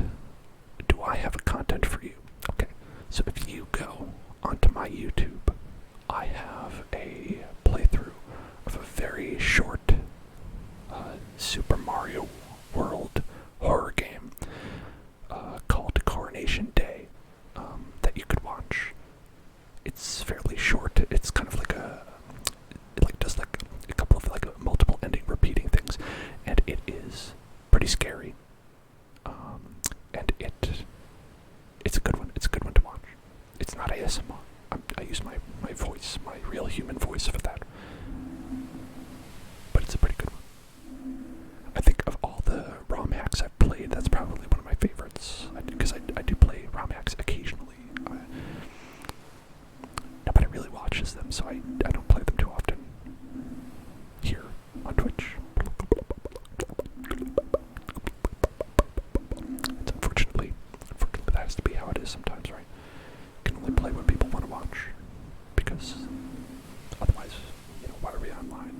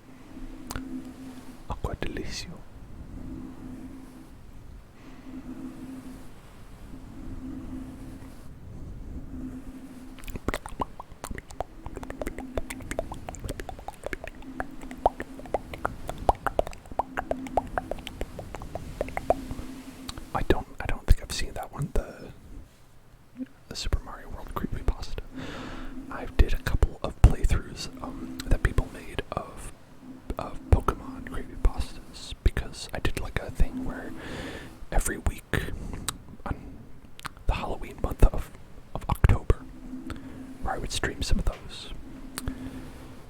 And they are of varying quality, I've got to say. They are certainly of varying quality. Some of them are pretty good. I think the best one was, it was like Escape Pallet Town. I think that was my favorite, and it ended up being like just a 10-minute thing, but it was like, a 10-minute thing that was also like, they kind of like messed with it wasn't actually a ROM, it was like a program, right? So they did a thing where like it read, the name of the user, like so it knew my name was Dan, and so it was like, you're going to die, Dan, and it's like, did you know my name? So that was a good one.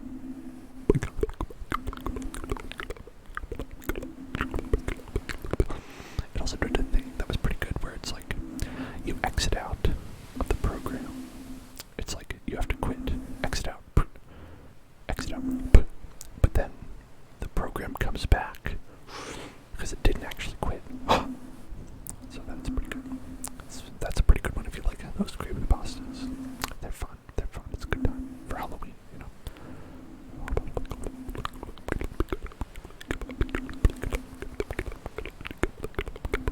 Yeah, it's a pretty good one. It was recommended by a lot of people, which is why I tried it out on the internet anyway.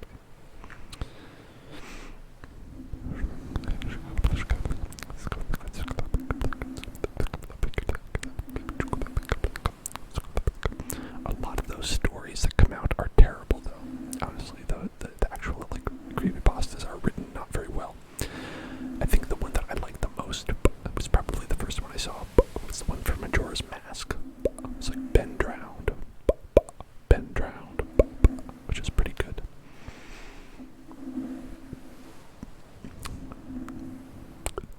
I don't know if that was good. It was good when I first heard of it, and I was like, I've never heard of a creepypasta before, so I probably had the benefit of that.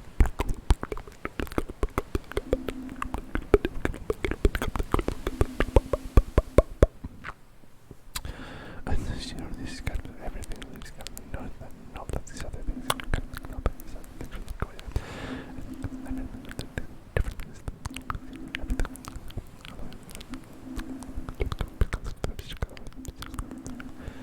Hello, Gurge33.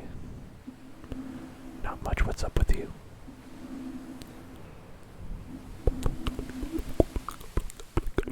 Oh, Slender. Yeah, I mean, of course, Slender. Like that's definitely the most famous one. Slenderman. How weird is it? How strange is it that Minecraft, the game everyone knows and loves, Minecraft, the Microsoft game made by Hatsune Miku, has Slenderman in it as an enemy. It's so weird, right? Just has the Slenderman in it, and they're just like, yeah, I don't know, why pay for it? Who do you want me to pay? I don't know. Hatsune Miku doesn't give a shit, apparently.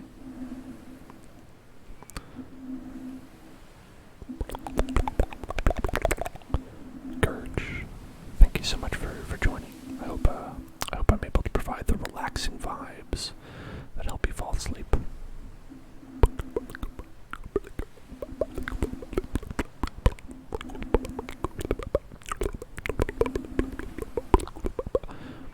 2:40 a.m. It's probably East Coast, if I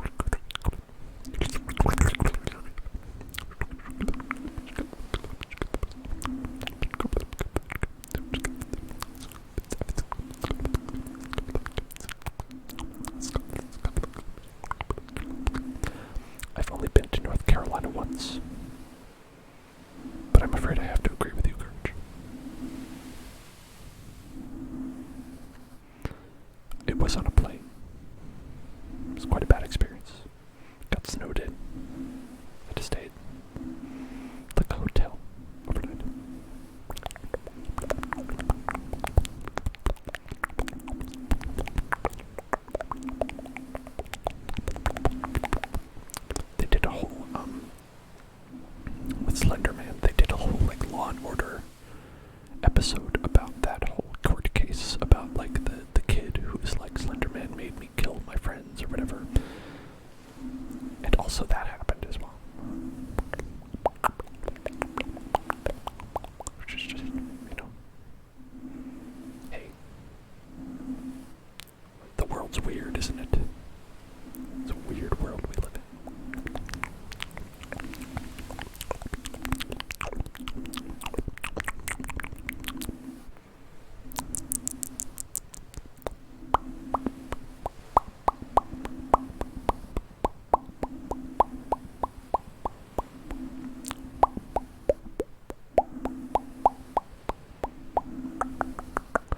I think if you went to New Orleans and Texas, those are pretty close. Colorado's a good deal far away. And California, that's where I am right now. I'm in California, right here. You're in California right now. You're right here. Congratulations. Cross it off your list. You're here.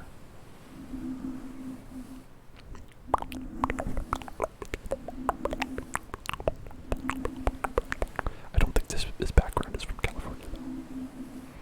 This background is a static image that I found on the Google Images. It's not actually where I am.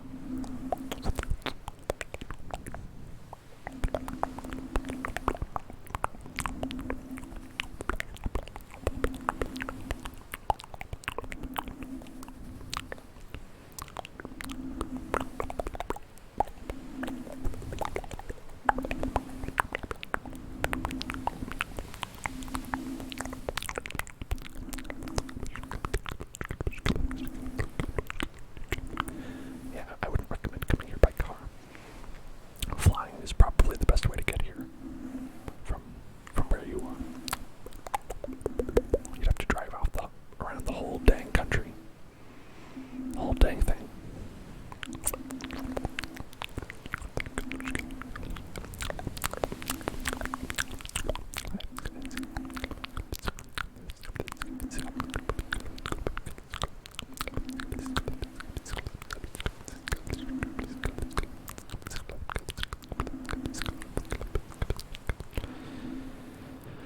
Yeah, that was such a strange court case. It was such a strange event that happened, you know. Weird.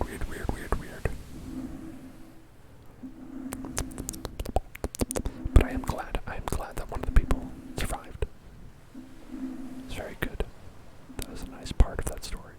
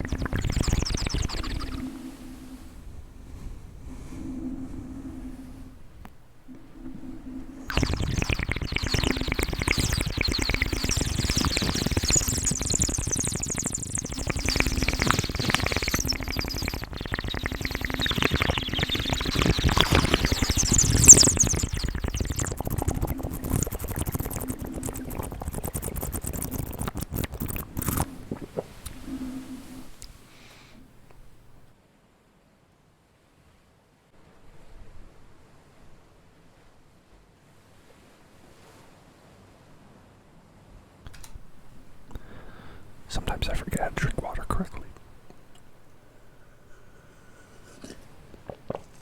I'm fine.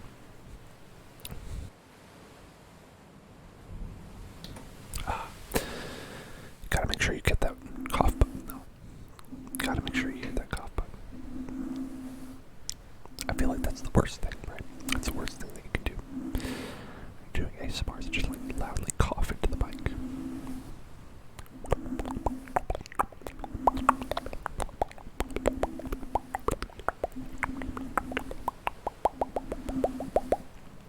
I think the good thing is that when I do that cough button, it doesn't like mute everything. So a cough foot pedal. I mean, I don't think that would be a good investment. I think that's probably like the opposite of a good investment as far as investments go. You know, I don't know that I could find a stockbroker who would give me that idea as an investment, but I do have the keys on my keyboard that do a pretty good job for the coughing.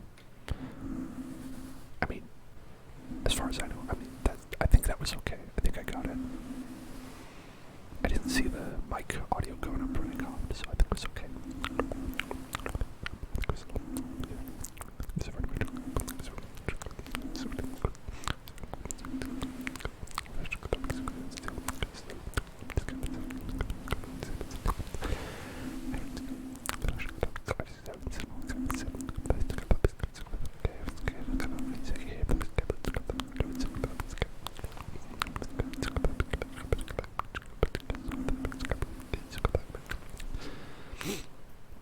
I feel like I'm just as likely to miss the foot pedal, though.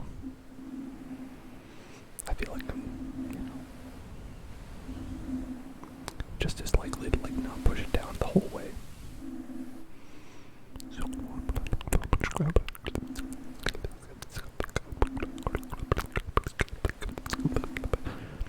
Because I don't know, when you're doing a show, everything's held up by duct tape anyway. It's like 1 centimeter past where this camera is. Like, would totally break the green screen effect. Because it's just like, there's just like shit over there. Or the wall, For instance.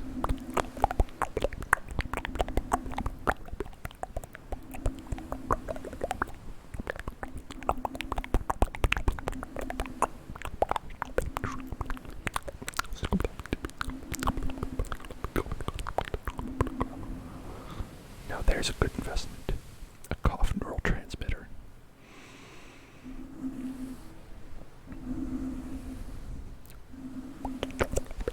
Of course, I mean, YouTube people can do that all in post. I think like when I upload the VODs, obviously like it's just whatever's in the stream. So part of me starts to like look at other people's like videos that are up there, and I'm always like jealous that they're like, oh damn, like they can put in sounds afterwards, they can mute sounds that are bad. They got it made in the shade.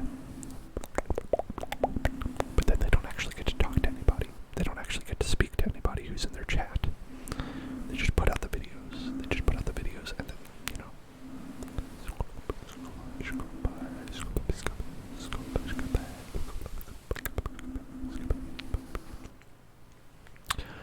Oh, like, you're saying that, like, if I could mute myself, like, my own voice, like, if I just went, like, if, like, I kind of, like, did, like, a little snap, and then it was, like,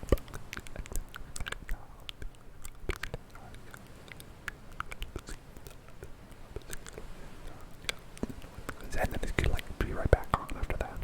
That would be pretty cool if I could do that. That would be pretty interesting, I think, and neat. I would be just like Adam Sandler in the movie Click. Wow, my dream to be like Adam Sandler in the movie Click.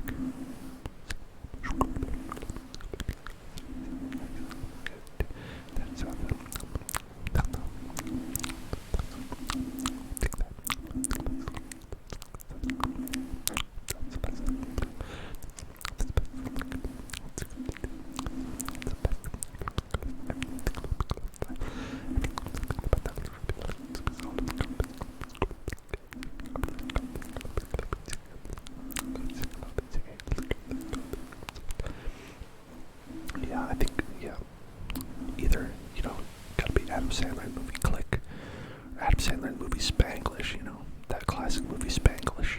Everyone loves Spanglish. The movie made for everybody. And my favorite thing about Spanglish is how nobody's happy when they're watching that. Not even people who like Adam Sandler for his zany antics. Where it's not a good movie for movie buffs or people who like Oscar movies or people who like good movies or anything like that. And it's not a good movie for people who like Adam Sandler jokey jokes, you know. Nobody's happy with Spanglish.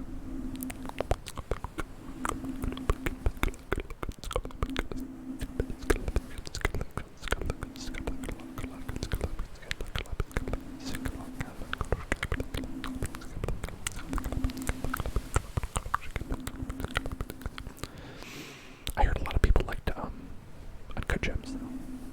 I haven't watched it. I haven't watched Uncut Gems. I heard that was a good one though.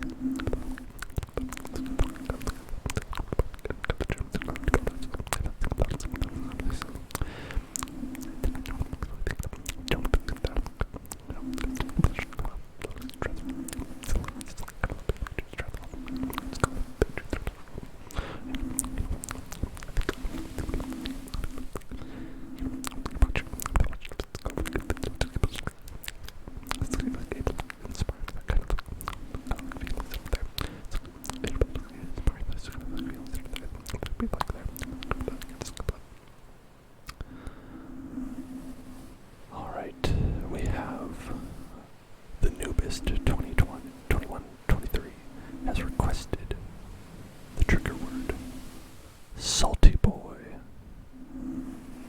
Salty boy. Salty boy. Salty boy. Salty boy. Salty boy. Salty boy. Salty boy. Salty boy. Salty boy. Salty boy. Salty boy. Salty boy. Salty boy. Salty boy. Salty boy. Salty boy. Jim Carrey. Of course, he's an accomplished artist. Did you see the Sonic the Hedgehog movie? Of course, he's an accomplished artist. Have you seen Ace Detective 2? Ace Ventura Pet Detective 2. When he climbs out of the butt of the rhinoceros. That's an accomplished artist, if I've ever heard of one.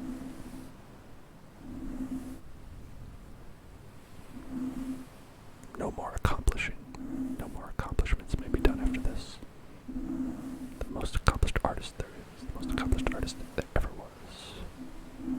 For certain, for true.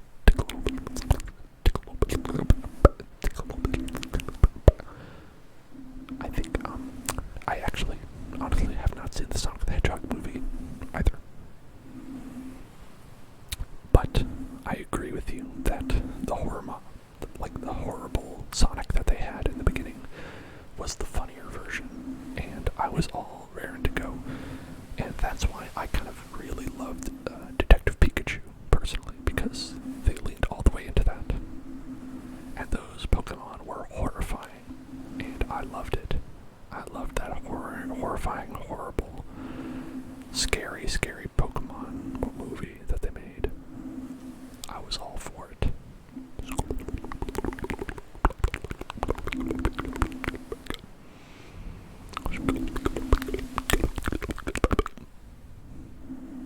I think it was really great.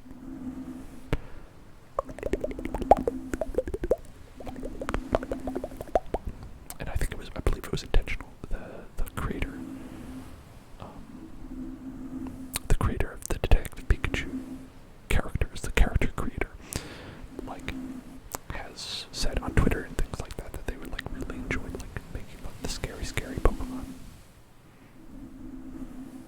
Yeah, the story was a little weird, but of course it was going to be, right? I don't know. The story was like whatever, but what you were there for is the Pokemon, and they got it, nailed that.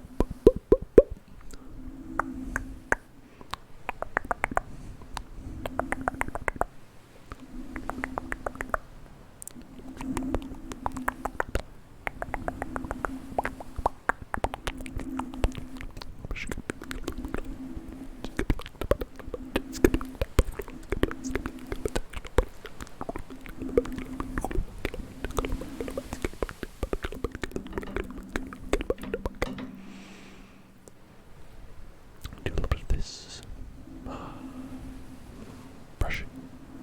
Brushing while you brush.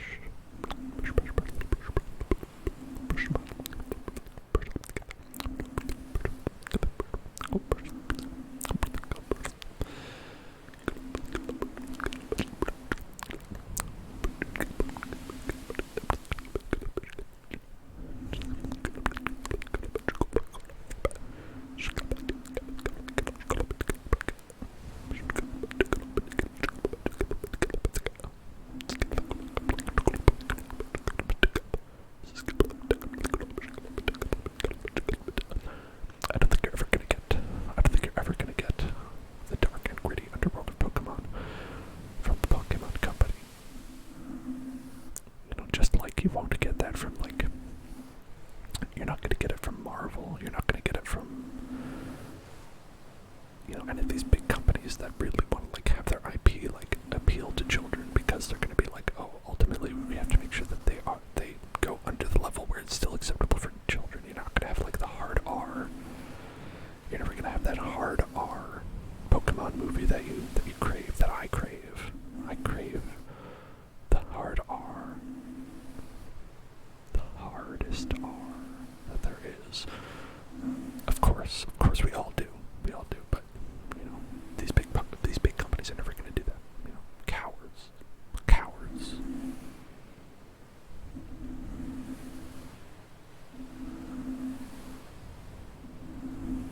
Let Pikachu say fuck. Okay, there's my political platform. Let Pikachu say fuck.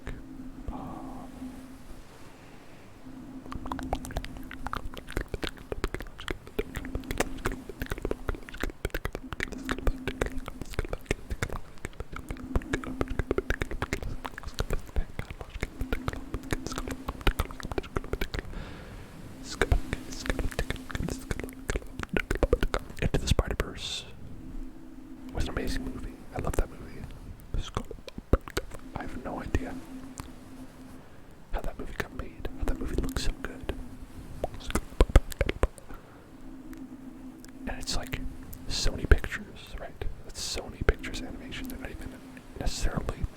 necessarily an animation studio.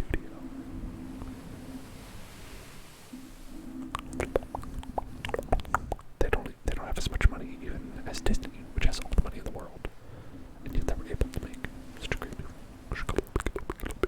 Into the Spider-Verse, great movie, great movie. 10 stars out of 5.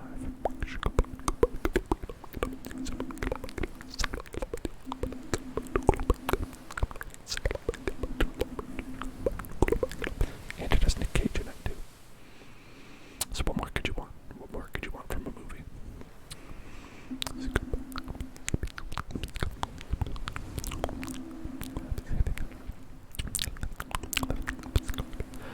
And you know,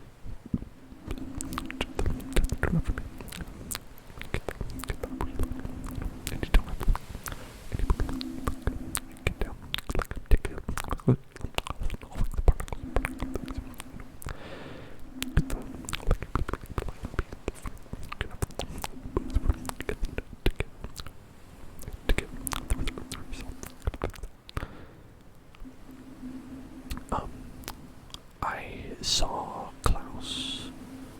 I didn't see the movie, but I've seen like the trailer and stuff like that, and that animation was so good. I was like, it's really not the kind of movie for me. Like you said, it's like a kid's movie, right?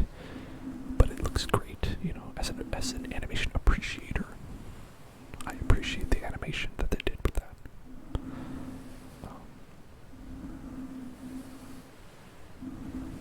Yeah, I mean, like, I don't know that I would enjoy the experience of watching, but like, you know, for Christmas it would be great. That's great.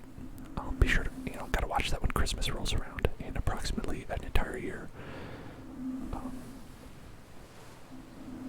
You know, actually, I remember now that we were like looking for some Christmas thing to watch, and that would have been a good one, actually.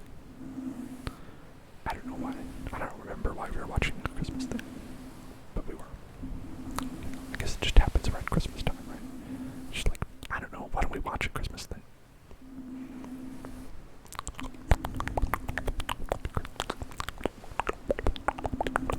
Christmas was strange this year, obviously, for obvious reasons. It was strange and obviously, like, you know, obviously quite sad for, like, a number of people, a large number of people who weren't able to see their family, of course, everyone. But also, in addition to that, because we weren't going to see anybody, no one's coming to see us. We didn't like decorate or anything like that, right? Why would you get a tree? Why would you like put lights up or anything like that? So it was just kind of like, it was like, you know, it was like, oh, day before Christmas, like, oh, yep, it's coming, I know it's here, and then we're like, okay, hey, Christmas, hey,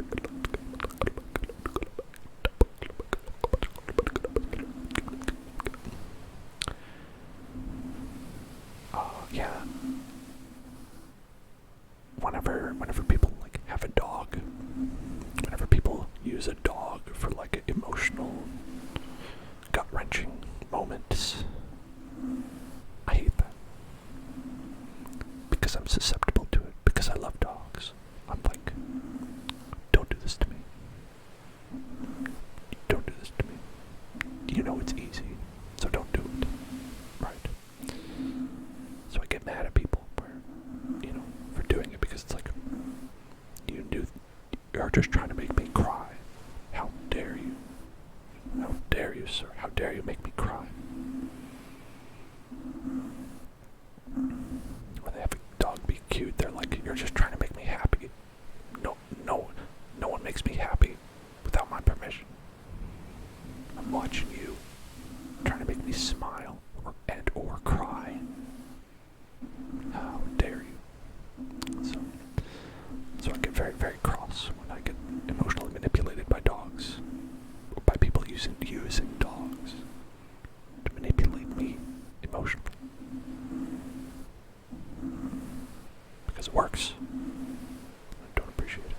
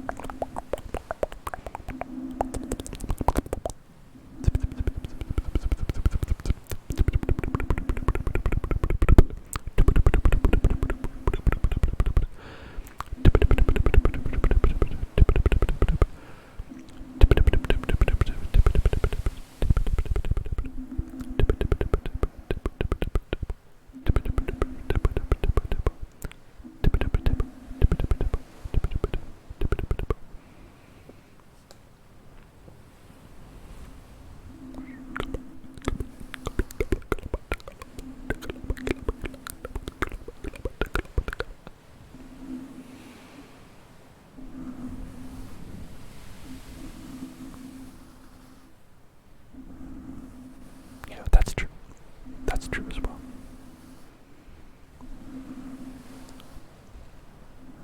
Gotta commit. You have to commit when you do these things. Don't half-ass it. If you're gonna emotionally manipulate me, at least have the follow-through. I'll still be mad, but at least I'll respect it a little bit. A little bit. Respect it a little bit. Respect it a little bit. That being said, I don't tend to go and watch these things that come out where they're like, oh hey, check this out, here's a movie where Harrison Ford has an animated dog. It's like, no, I'm not gonna, I know what that's like. It's low-hanging fruit, It's just low-hanging fruit that you're trying to tickle. You're just trying to tickle the low-hanging fruit in front of me. Don't tickle my low-hanging fruit. I don't appreciate having my low-hanging fruit tickled. No. I don't like that. Like Marley and me. No. No thank you.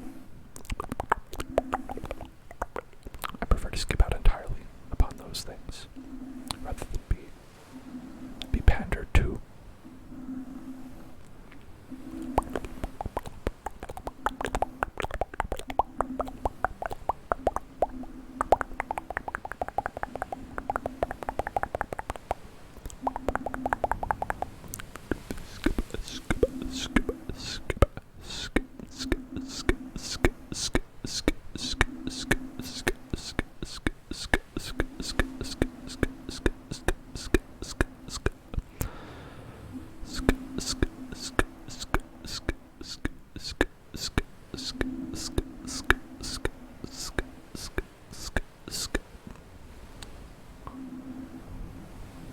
Yeah, I think there's some endings that are meant to be happy are okay. Some endings that are meant to be sad are okay. It all depends, I think, on what they're going for, right? I think that there are movies out there, there are shows and media out there that has a more mature look on these things. And I don't think that you almost never get that in kids stuff. Ultimately, that's why I tend to not watch kids stuff. It's not because it's like I'm like, oh, it's bad. It's more because it's like they're oftentimes less willing to go for the things that you want to see, as an adult. I don't necessarily think that's right. I think that kids can handle a lot more than they're subjected to currently. I think kids can understand more complex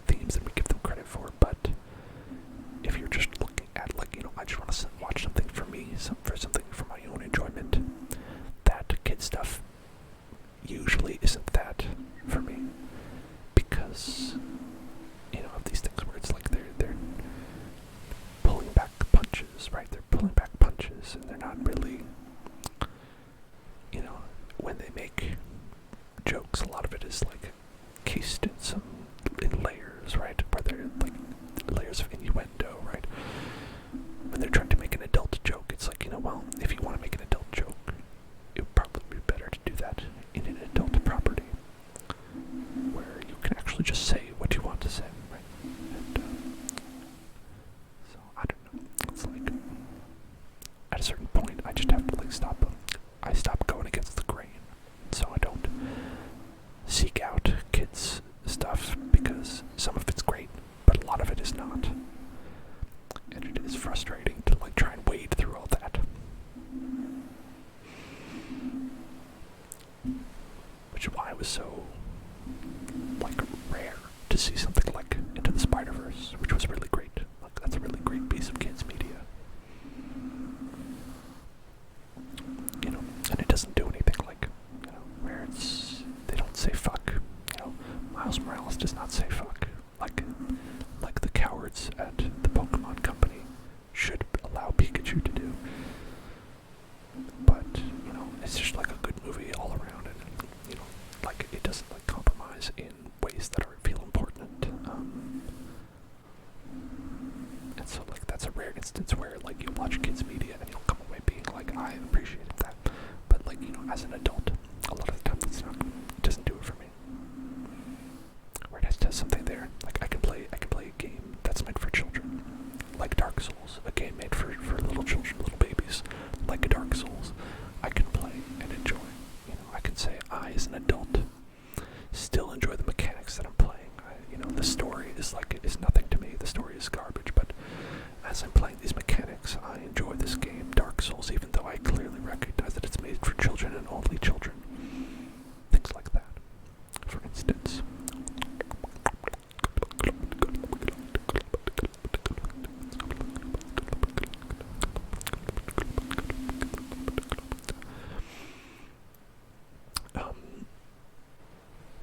Yeah, I don't know how much, what effect watching children's media has on kids. Sometimes I think that that we imagine that they have a certain effect on kids, but you never really know what effect that they have. Hello, Ride Andromeda. I didn't realize you were still here and awake. I thought you would have fallen asleep by now. Are you having a nice time, Ride Andromeda? Oh, you passed out. Well, that's great. Sorry you woke up. Was I being too loud? I was worried about that. I never want to be too loud for people.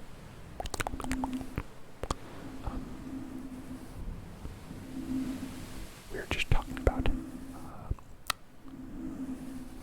kids media, and how I was saying that I don't necessarily think that when you're watching kids media that children are taking all the themes and the morals that are in there and absorbing them as their own. I think sometimes they just watch shit and they're just like, haha, I like it when the boss baby said a funny thing. Your cat woke you up. That sounds like a cat. That sounds like what cats do. Dang cat. They've probably been like, hey, I'm nocturnal. I'll do whatever I want. I'll walk right on your face. I don't care. It's like what cats don't give a shit.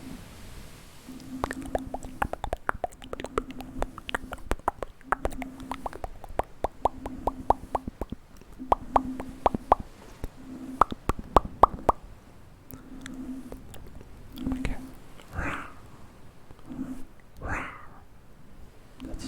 That's what cats do. They roar. Of course, everyone knows that.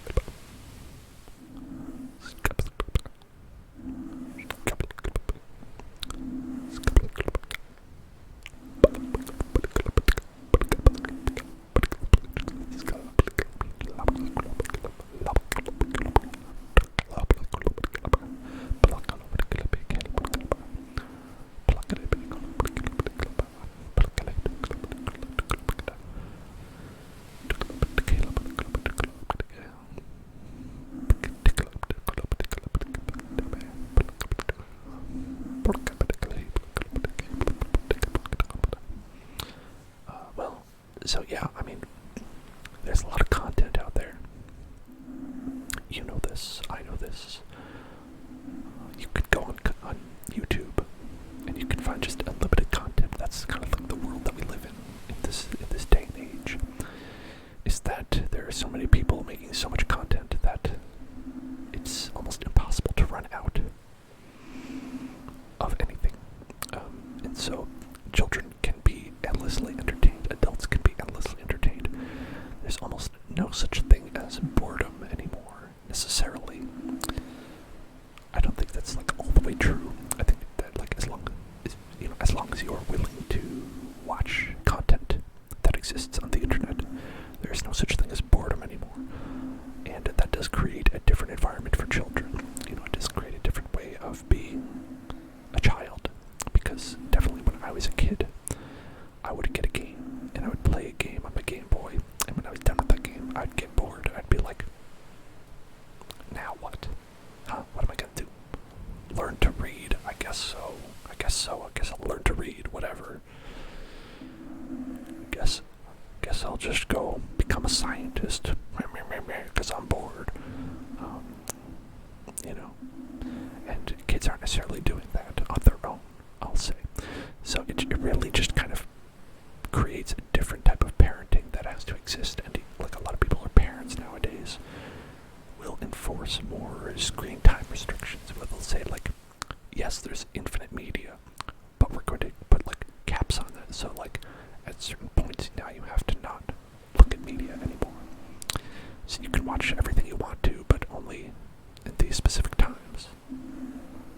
So, it creates a different environment, because it's like then you have to make the kid, you kind of like have to tear the kid away from the thing that they're enjoying, rather than like having them do it on their own. You have to be more active. You might be less liked as a parent as a result, I could imagine.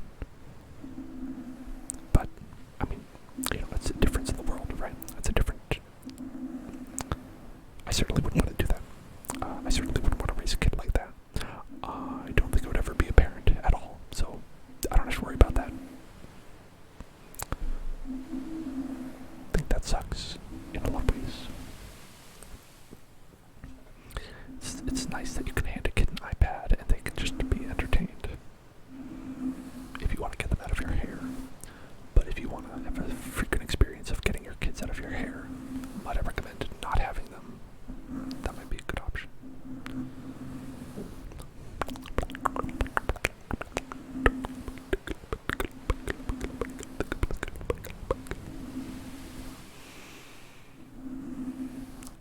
I don't know if you are misspelling content there, or if you're making a very fun little portmanteau.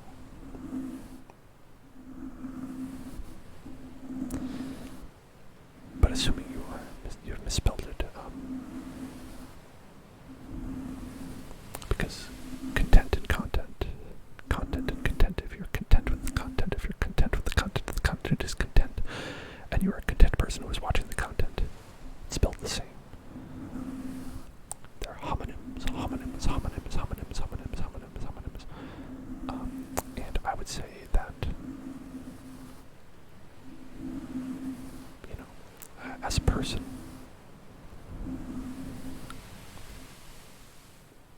there's a lot of content out there, but I don't know that I would say that I'm endlessly content. I'll say that I never get bored, right? There's always something to do, but I certainly have a lot of times when I'm not doing fun things that I like to do.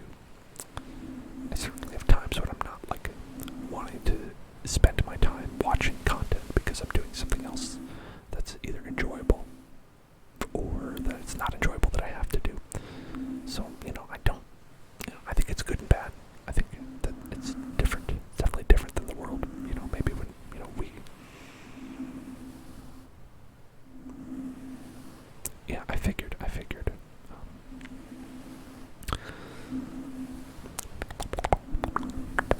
Yeah. What are you gonna do? It's a different environment. It's a different world that we live in. And it's about adjusting to it. I don't have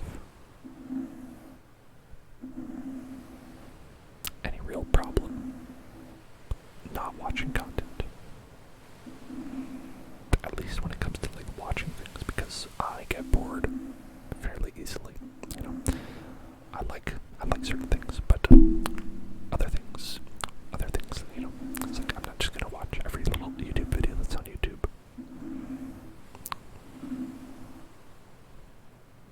I don't think you have to. As a person, you can just watch whatever you like. Just have a good time.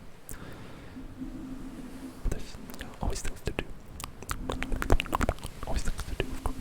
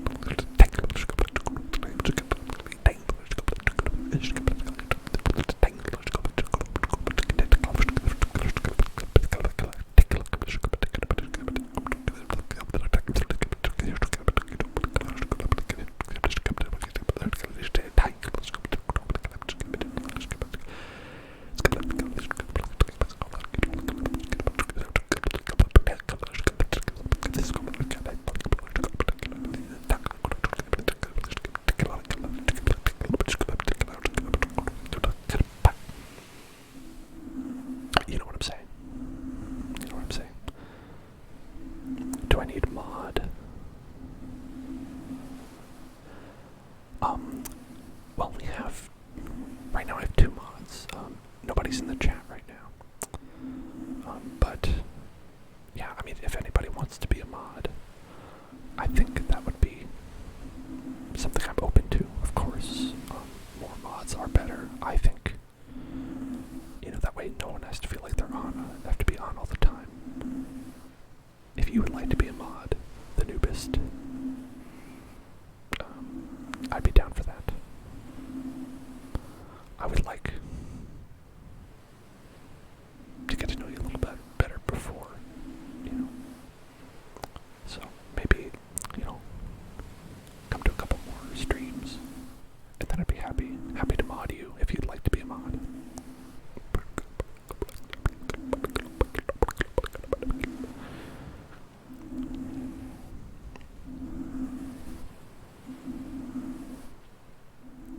Oh, Elma's back. Hello, Elma. You're back. Hi.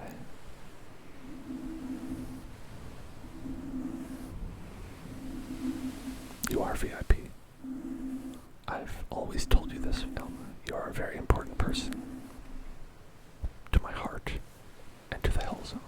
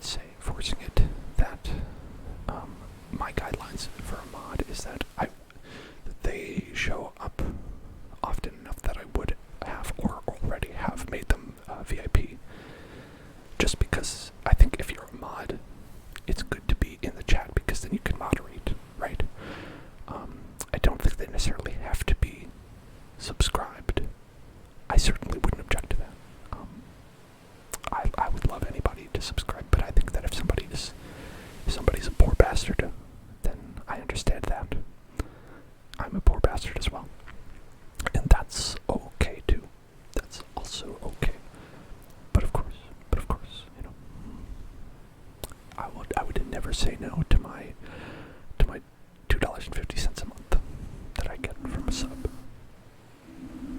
So as I said, I am a poor bastard. So, but you know, that's only for people who could afford that.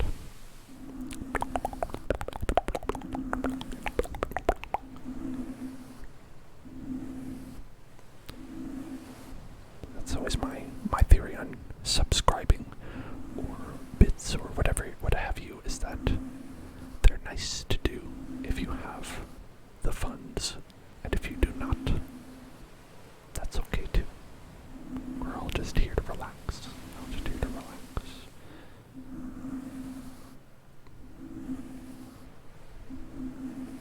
But I do like to keep the lights on. Otherwise, you know, the lights might go off, and then that really ruins the internet. It ruins having the internet because it should be here in the dark. That's okay. Elma, you are the number 2. You are the number 2 highest bits donator in the entire chat. With your 10 bits. With your 10 bits. And that's good. That's fine.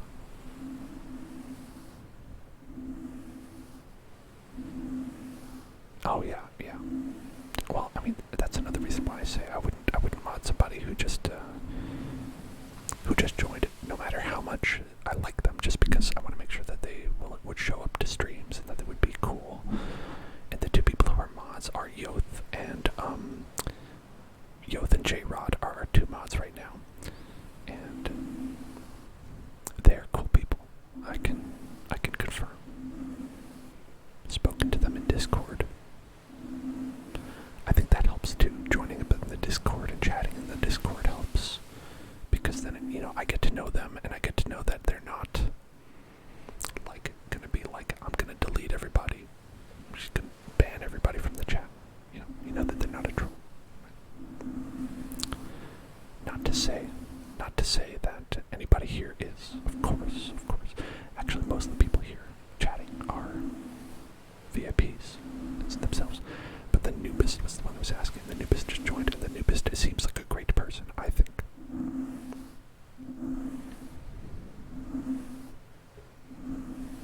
That's what I think. And I hope that they are a great person.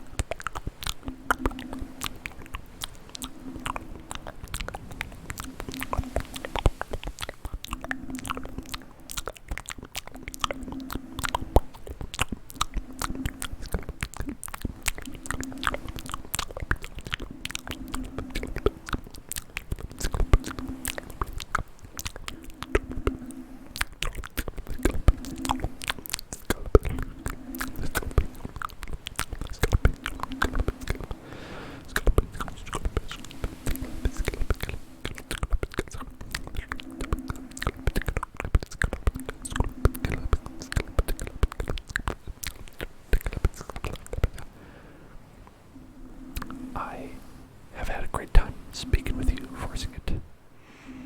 I hope you have a great night of sleep. I hope that you are drifted into slumber with the relaxing sounds. We're going to be going for about half an hour more, so there's plenty of time to be falling asleep to that, I think. And if you're available tomorrow, we're doing more Dark Souls, and that'll be a good time earlier in the day.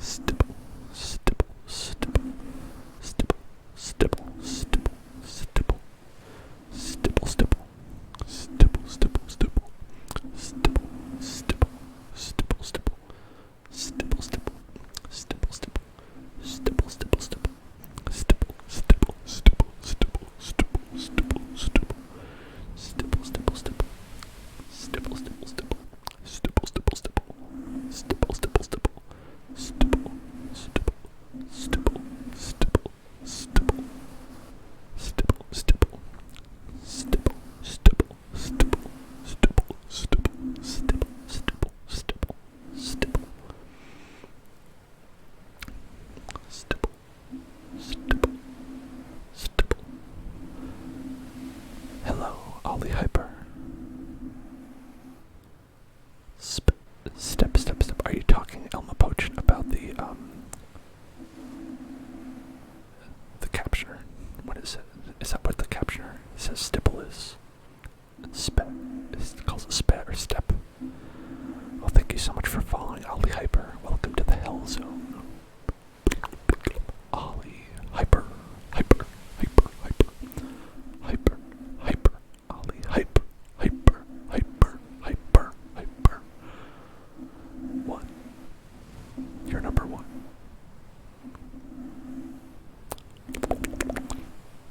Stipple. Stipple. Stipple.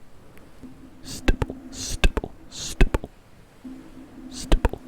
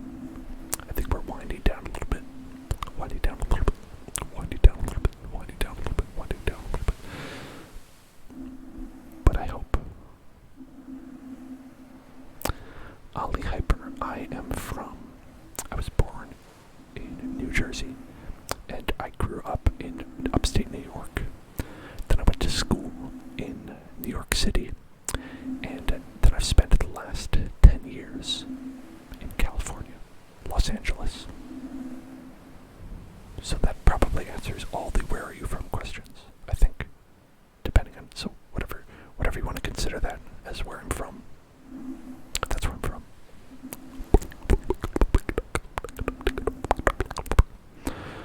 Where are you from, Ollie?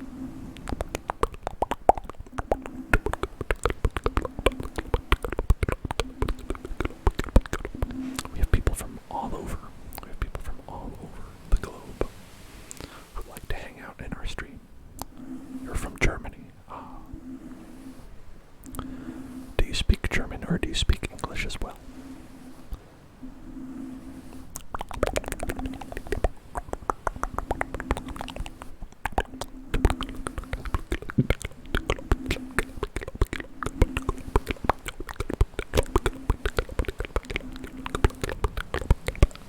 Never been to Germany. I've heard it's very nice.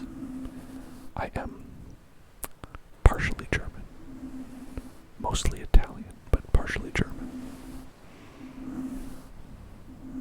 A little bit of German. I just a little bit of German in me. A little bit.